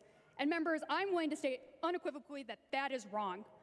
This bill attacks all children and will subject any child, cisgender, trans, non-binary, two-spirit, to scrutiny over their bodies, could result in them having invasive tests and chromosome analysis done in order to play a sport, and will ultimately result in fewer children playing sports. And that's wrong. And this bill is ultimately an attack on girls' participation in athletics. This bill bullies children. It subjects all children who want to participate in school sports to, at minimum, justify why they should get to play on that sports team that they should be able to play on. Bullying has no place in our schools, and it also has no place in our statutes. And members, as adults, we should know that bullying is wrong. But bullying is what this bill is, and bullying is what hearing this bill in the Minnesota House is. This might surprise you, but I actually played sports in junior high, and you probably will not be surprised to learn that I was a very, very, very bad basketball player. But I was a basketball player. And sports are important. It was good for me to play those sports because I learned about grit and perseverance sitting on that bench. But I also learned about getting dunked on, literally, in junior high, and I learned a lot about that. I spent most of that career on the bench, but I did learn that I could dribble. I could run. I also learned that I really liked moving my body, even if it looked a lot more like dancing and cheerleading and hiking and biking rather than, nailing layups or shooting threes or, all those things that everyone could do but me. The other thing I know, members, is that I would not have played basketball if I had to prove that I was a girl to do so. There are real issues in girls' sports. There are real issues around eating disorders and self-worth. This bill will make that worse. There are real issues around pay equity for girls and women in sports. And there are real issues around girls' safety. But one of those issues is not all of the issues you heard about on the floor today. We have heard a lot about from Representatives Finke and Moeller about what violence against women looks like, and it is not playing on a volleyball team with your classmates. To the trans, non-binary, and two-spirit community, you should not have been subjected to this bullying today. You are valid, seen, and important. And I am sorry that the Minnesota House is bullying you right now. I will be voting no this evening, and I'm glad that my community will see me vote no. And I hope history will see you joining me in voting no. I recognize the member from Freeborn, Representative Bennett. Thank you, Speaker Namath. Members, first of all, I just want to say how the Education Policy Committee handled this bill, House File 12, so well. Just a couple weeks ago, it was heard in that committee. And members on both sides of that table were very respectful, followed decorum, and the public did too. And I think all of us really appreciated that. It was awesome. It went long. There was a lot of passion on both sides, but it was very respectful. So I want to thank members on that committee and the public as well who was involved, because I think it went very well and respectfully handled. So one thing that I shared during that time, I would like to share on the floor here. And first of all, I'll say, members, that this bill, House File 12, is about fairness, safety, and preserving girls' sports in Minnesota. That's the simple fact of the bill. And thank you, Representative Scott, for carrying this. This bill has personal meaning to me. So this will age me a bit, but when I was in 9th grade, that's when the Title IX legislation passed and was signed into law. It took a few years to take effect. And when I was a senior in high school, my high school had its very first girls basketball team. And I got to become a member of that team. And it was amazing. I was pretty shy and withdrawn at that time, and it did a lot of good for me. My generation of girls and women and the generations before fought hard for Title IX to have our own female sports. You can imagine how terrible, and I'll say it was when I was in 12th grade, we girls played basketball, because we didn't grow up with it, and it wasn't something that we were very good at, but we loved it. Had there been any males on that team, they would have destroyed us, because we just didn't have the experience. So I want to see what was fought for maintained with Title IX. And I think the generations now, and we heard some of those young girls in our committee hearing, for carrying on this fight for women and girls. Because our bodies are different than male bodies, and we need our own sports. So I just want to say from my heart that I'm thankful that Title IX passed. I want to see it continued, because we need to preserve girls' sports in Minnesota, and we need fairness and safety for all of those girls. Thank you, members. I recognize the member from Anoka, Representative Niska. Thank you, Madam Speaker. I request to call the House. Call of the House has been requested. Do I see 10 hands? There will be a call of the House. The clerk will take the roll.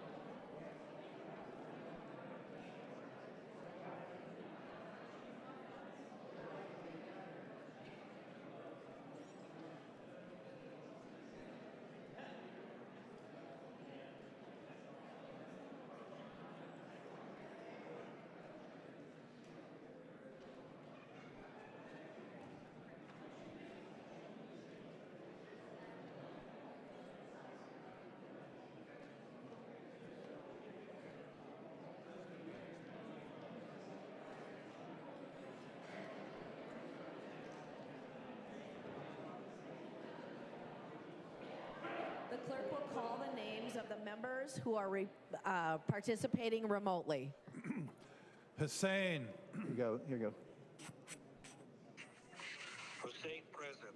Hussein present. Momani Hiltsley.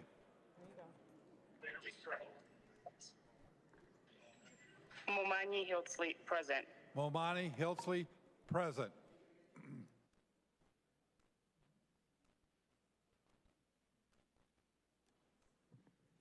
The clerk will close the roll.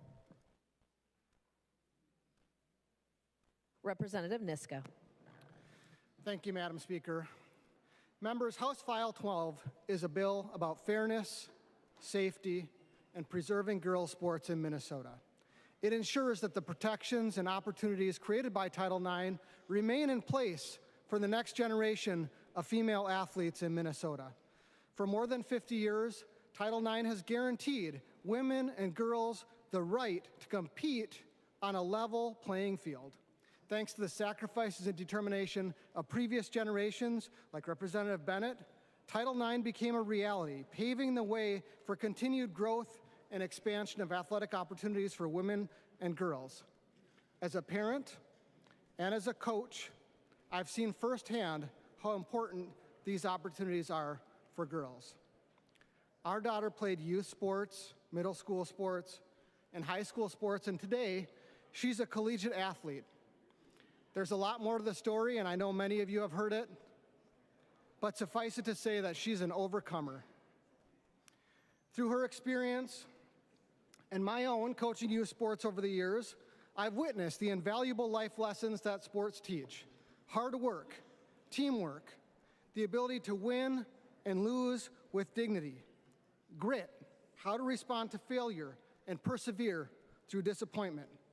These are lessons that serve young athletes far beyond the playing field, but those lessons can only be driven home if competition is fair and competition is safe.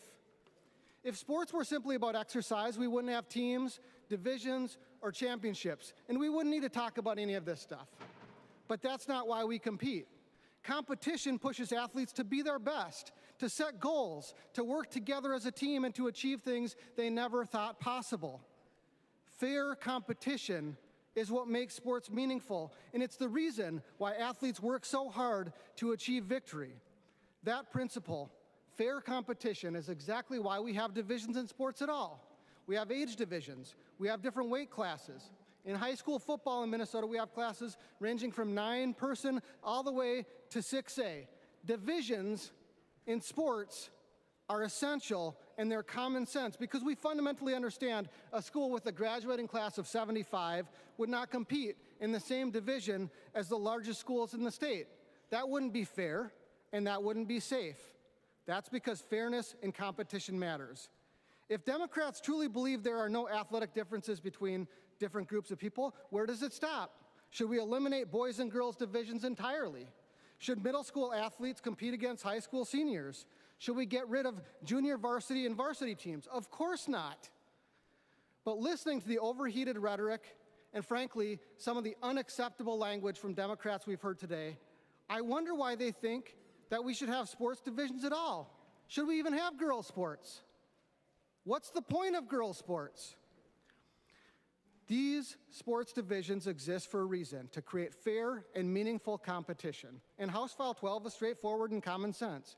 It ensures that girls' sports remain fair and competitive by preventing biological males from competing in female events.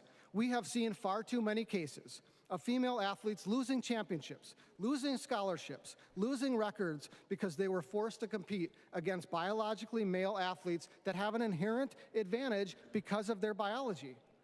We've also heard tragic stories of young women suffering injuries in contact sports under these conditions. That is not fairness, and that is unsafe. Members, this should not be a controversial proposal. It's common sense, and that's why a vast majority of Americans agree.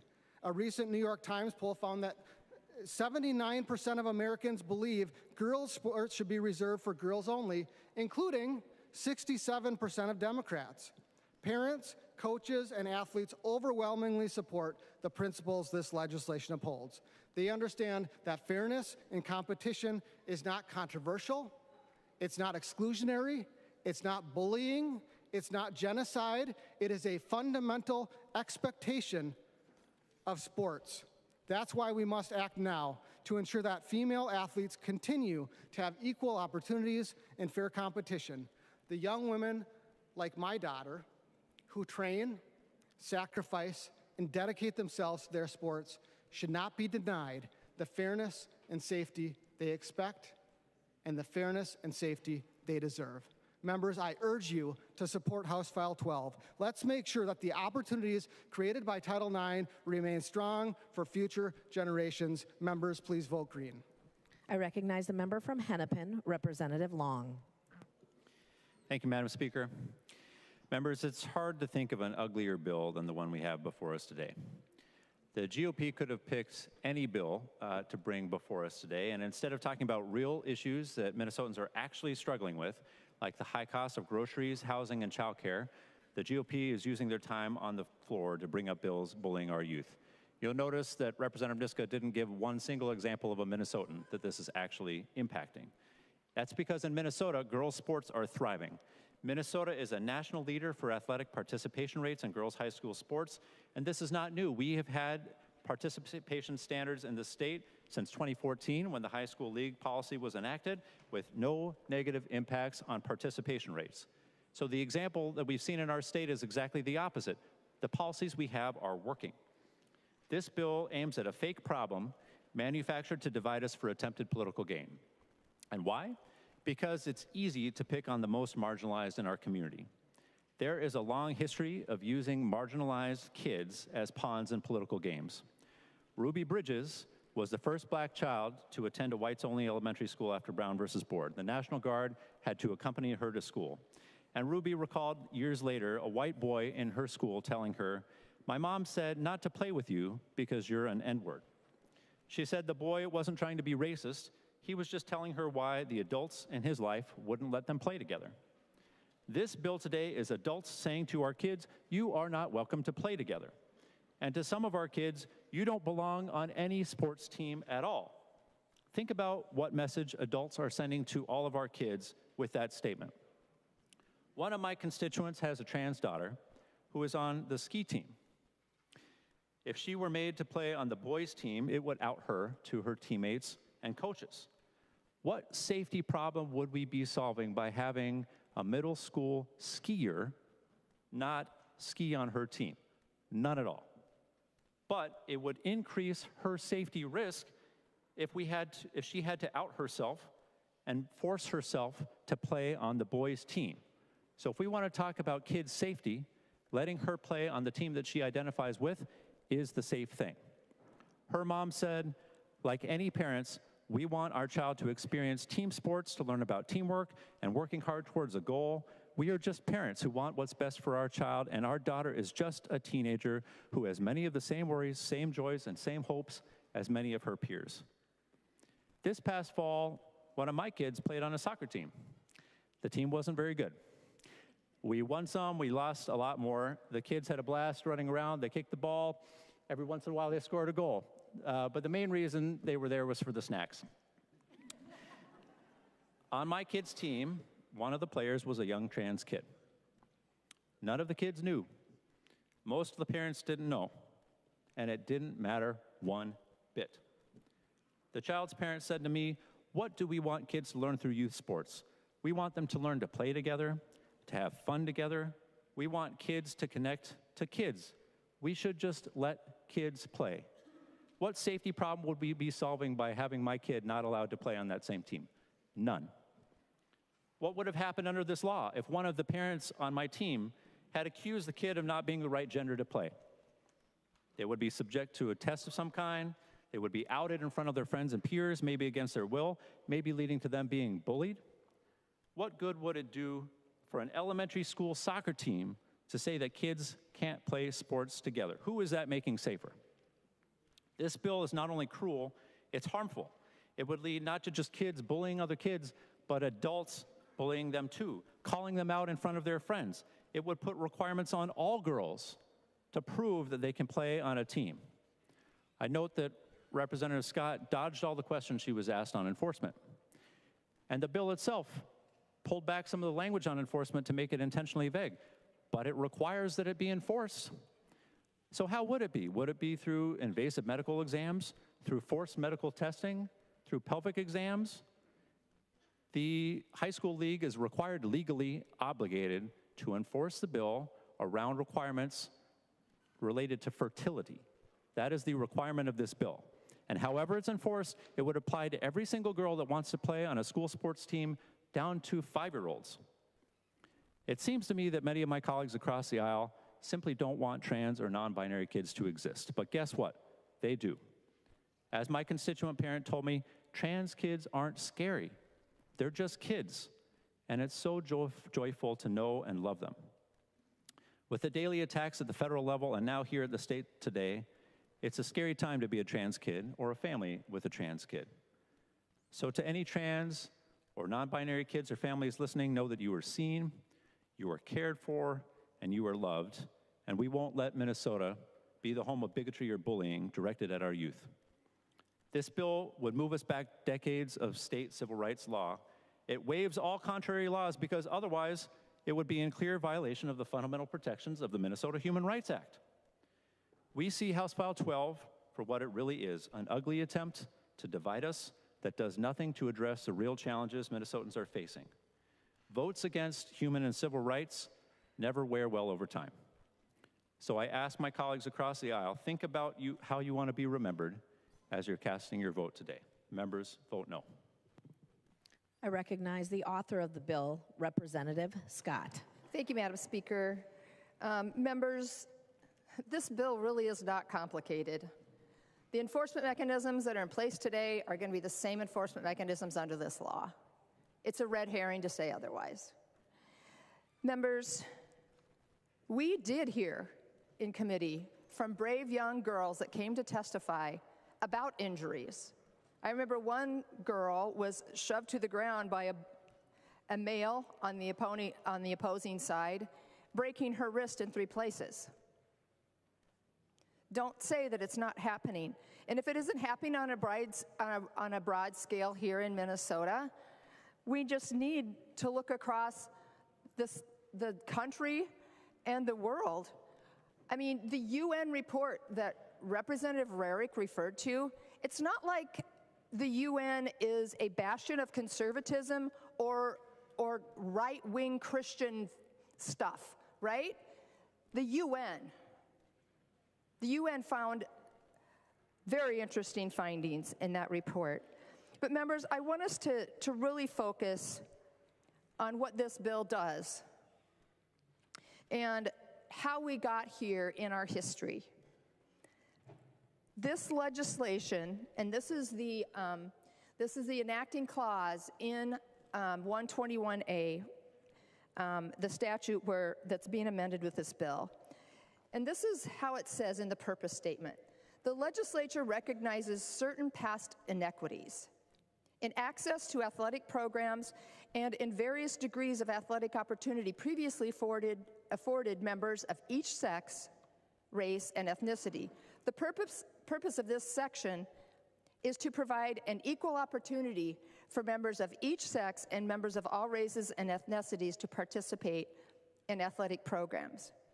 Throughout this statute, there's language that speaks to past limitations and discrimination based on one's sex.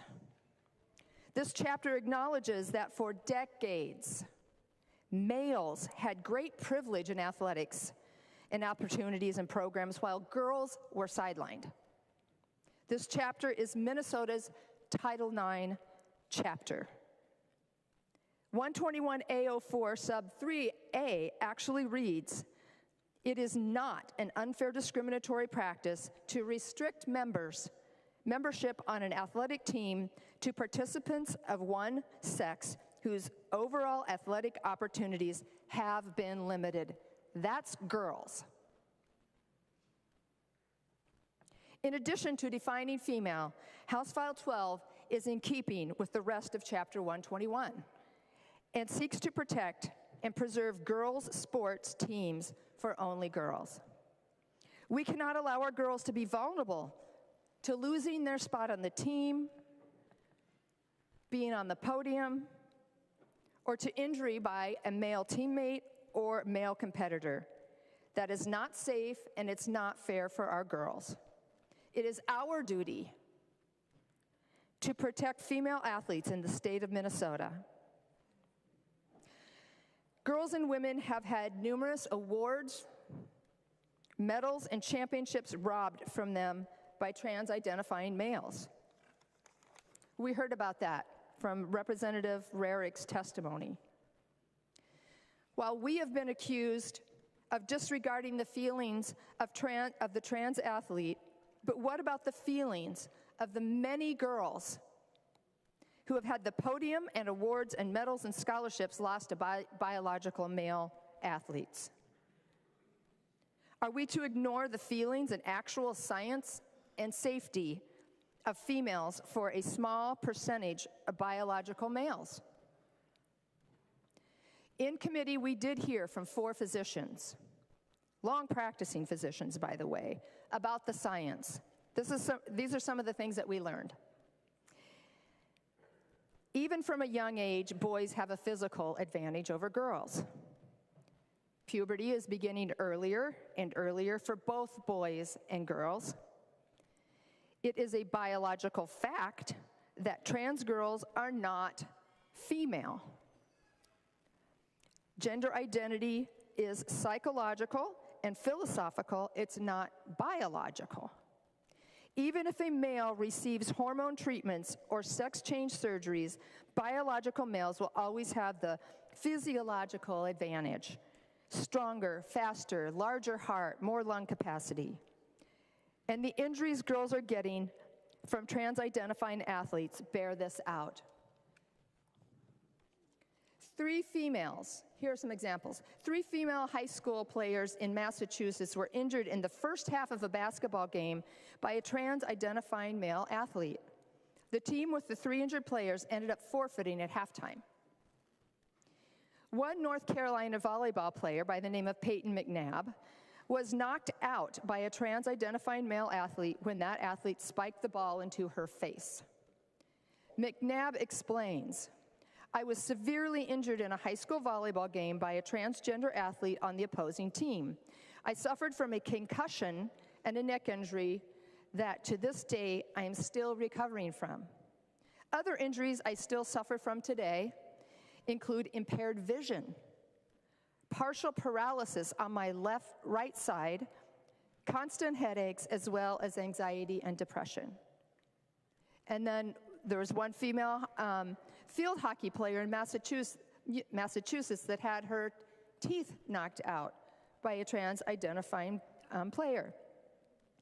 And I heard an awful lot of the word bullying on the other side of the aisle today.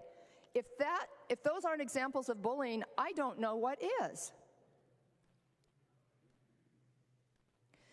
We are preserving girls' sports that were made possible decades ago by hard-fought passage of Title IX. Title IX was championed and authored by a Democrat woman from Hawaii by the name of Patsy Minks, who had been shunned her entire life because she was a woman. From trying to get into numerous medical schools to trying to get the nomination to be the first congresswoman, her first attempt at that, she was shunned because she was a woman. But she kept fighting for all of us girls and our futures. Because of her tireless efforts, I was able to play girls basketball. There's no way I could have earned a spot on the boys' team in junior high or high school, nor was it ever a thing that I even considered, because I had the option of a girls-only team. It was common sense. Title IX was a victory for women who were sidelined from sports for decades. When it passed with great opposition, the law did not tell women, now go try out for the boys or the men's team. Nope. It provided a new opportunity. It was understood that there was a physical difference between two sexes, and girls were to have their own teams. Minnesota's so-called Title IX Chapter 121A makes it clear in the purpose statement, which I read, that girls deserve girls-only teams. So girls-only teams are a way of making up for lost opportunity by girls, as well as making a safe and fair playing field. This is about fairness and opportunity. Everyone who can meet tryouts should be able to play sports in Minnesota. This is about bodies, allowing bodies to compete on their own level playing field, female with female, male with male. When Title IX was passed, no one could have imagined biological males forfeiting their well-established privilege and athletic accommodations to have them don the cloak of a female and use the rights established for women to muscle women off the podium and deny women their right to fair play.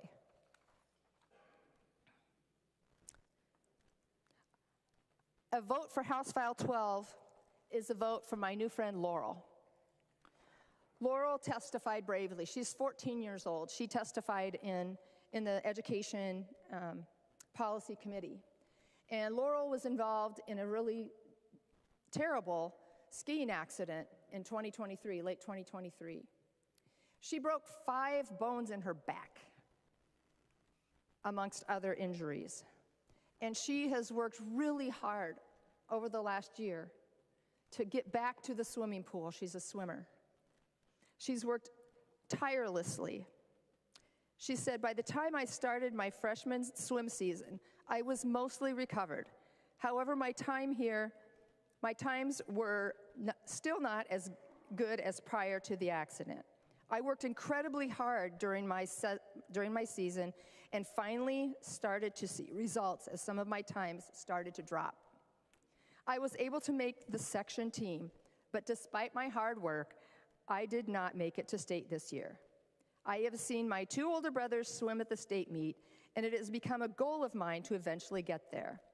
I cannot imagine having a biological male swim against me and take a spot in the top 16 to get to go to state in an event after all of this hard work, time, and dedication that I have put to overcome my adversity. I would absolutely be devastated to see my dream awarded to someone who will always have an advantage over me. A vote for House File 12 is a vote for Laurel. A vote for House File 12 is a vote to ensure fair and safe athletic opportunities for our daughters, our granddaughters, nieces, and friends. You are sending the message that you value their early morning and late evening practices, their personal and team goals, their fight back from a sprained ankle or other injury, not to mention the life lessons and self-confidence gained in the athletic arena. You're protecting their safety and opportunities for scholarships to play at a higher level, not to have that opportunity yanked from them by a bigger, stronger, faster male. You are voting for safe and fair competition for girls who for decades had no athletic opportunities.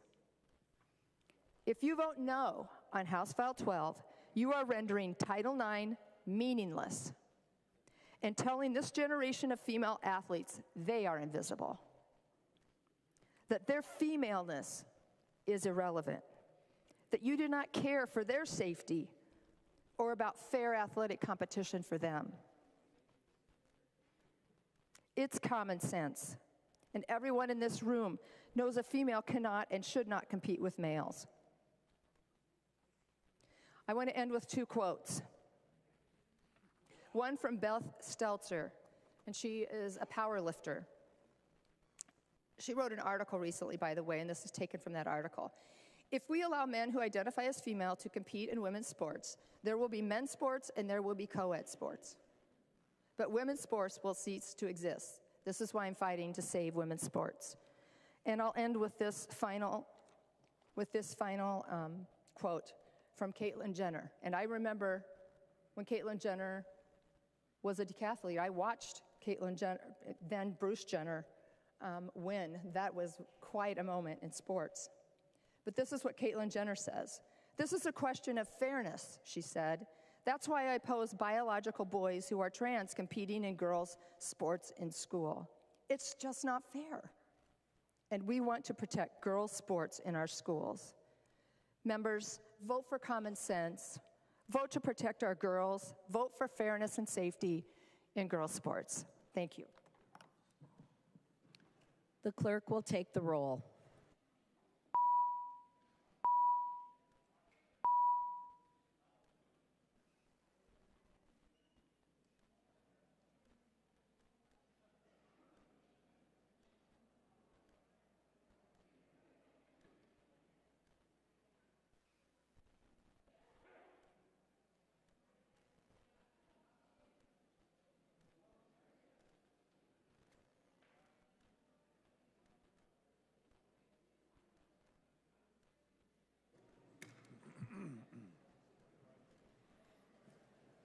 The clerk will call the name of the members participating remotely.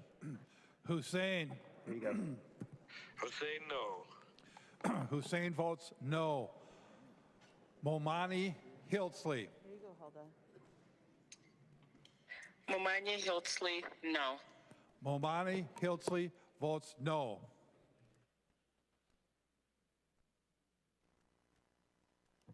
The clerk will close the roll. Madam Speaker, Niska changes from aye to nay. Representative Niska changes from aye to nay.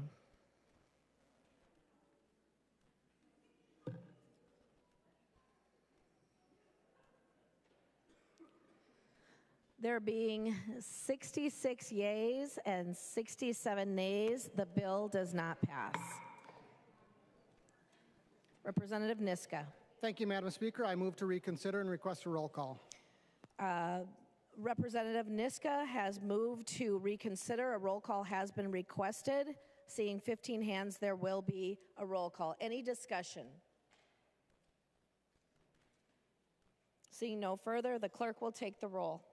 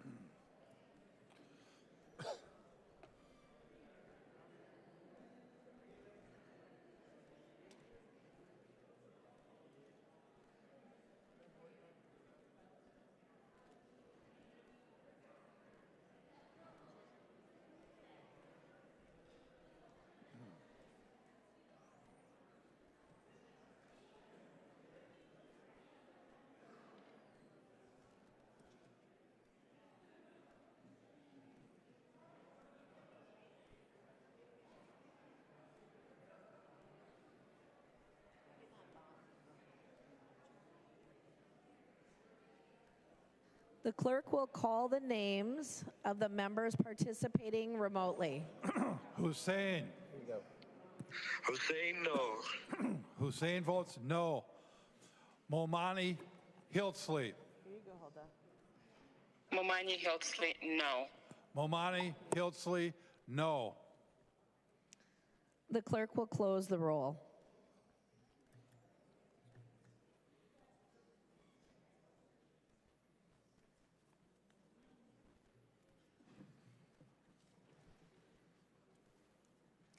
There being 66 ayes and 66 nays, the motion prevails. Representative Niska. Thank you, Madam Speaker. I move that the call of the House be lifted. Madam Speaker. Representative Niska moves that the call of the House be lifted. All those in favor, aye. Those opposed, nay. Motion prevails. Madam Speaker, point of Long. parliamentary inquiry. State your point of parliamentary inquiry. On the vote before the lifting of the call of the House, you'd announced it as a tie. I just wanted to clarify.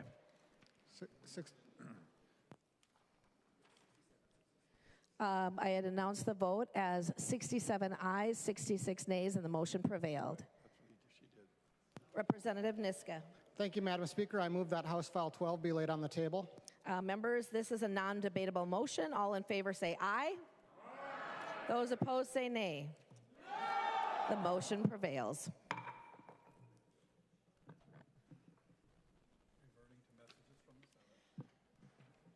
Members, we are reverting to messages from the Senate.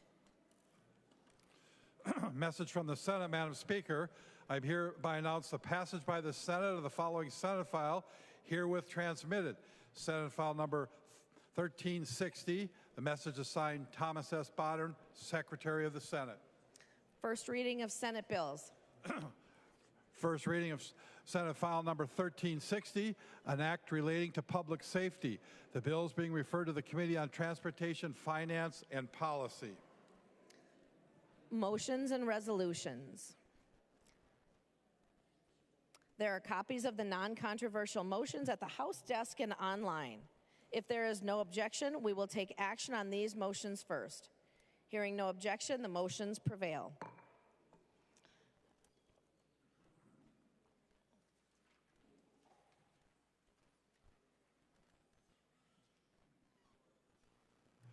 DePel moves that House File number 348 be recalled from the Committee on Capital Investment and be re-referred to the Committee on Environment and Natural Resources, Finance, and Policy. I recognize the member from Washington, Representative DePel. Thank you, Madam Speaker. That is my motion, and I'd like to move and recall HF 348 from Capital Investment and re-refer it to Environment and Natural Resource Finance Policy. I've spoken with both chairs, and they agree with my motion. Discussion. I recognize the member from Dakota, Representative Hansen. Thank you, Madam Speaker. Would Representative DePel yield to a question? Representative DePel will yield to a question. Representative Hansen. Thank you, Madam Speaker. Representative DePel, could you maybe describe the bill? Is this the bill that takes money from the 3M settlement and takes it from the trust and then sends it to another community? That's correct. Representative DePel. Thank you, Madam Speaker. That is correct. That is the bill. Unfortunately, about $400 million has been given to the community of Woodbury, while Hastings has been given 14.5. Now, they have a large bill. They're a smaller community. That's what the bill does. Representative Hansen. Thank you, Madam Speaker. Representative DePel would yield to another question. Representative DePel will yield to another question. Representative Hansen. Thank you, Madam Speaker. And Representative DePel, is this the bill with the court-ordered settlement that where you're taking the money from that communities were to receive funds from? Representative DePel. Hastings has been partially included for $14.5 million in the settlement. It was nearly $70 million that Hastings needed. That is the bill. Representative Hansen. Any further discussion? All those in favor, aye. All those opposed, nay. Motion prevails. Coulter moves that House File Number 1145 be recalled from the Committee on State Government Finance and Policy and be re-referred to the Committee on Elections, Finance, and Government Operations. I recognize the member from Hennepin, Representative Coulter. Thank you, Madam Speaker. House File 1145 is a bill that some folks might actually find interesting. It would prohibit legislators from becoming lobbyists for 2 years after their term ends, and should have, it lies squarely within Chapter 10A. And having spent more time in Chapter 10A than I dared dream before I took this job, I know that that falls within elections and government operations, not state government. Chair Nash and Chair Quam both agree, so let's send the bill there. Thank you. Any further discussion?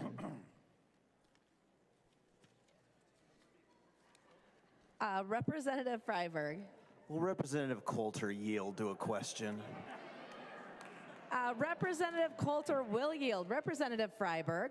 Representative Coulter, did you speak to the ranking Democrat on the Elections and Government Operations Committee about this bill? Representative Coulter. Thank you, Madam Speaker. I try not to speak to the ranking DFLer on that particular committee as often as possible. Representative Freiberg. Any further discussion? All those in favor, aye. Those opposed, nay. Motion prevails. Anderson, PH, moves that Senate File Number 1552 be recalled from the Committee on Agriculture, Finance, and Policy, and together with House File Number 1063, now on the General Register, be referred to the Chief Clerk for comparison. I recognize the member from Pope, Representative Anderson. Thanks, Madam Speaker. Yes, this is the bill that pertains to small elevators. We passed it out of the House Ag Committee.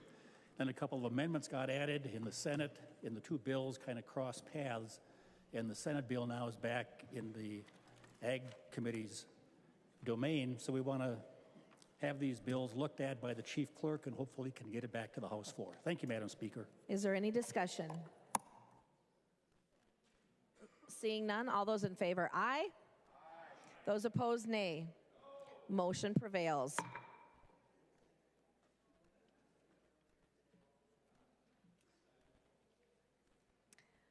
Announcements. Representative Niska. Thank you, Madam Speaker. I move that when the House adjourns today, it adjourns until noon, Wednesday, March 5th, 2025. Representative Niska moves that when the House adjourns today, it adjourns until noon, Wednesday, March 5th, 2025. All those in favor say aye. Those opposed, nay. Motion prevails. Representative Niska. I move that the House do now adjourn. Representative Niska moves that the House do now adjourn. All those in favor say aye. Those opposed, nay. The motion prevails and the House stands adjourned until noon Wednesday, March 5th, 2025.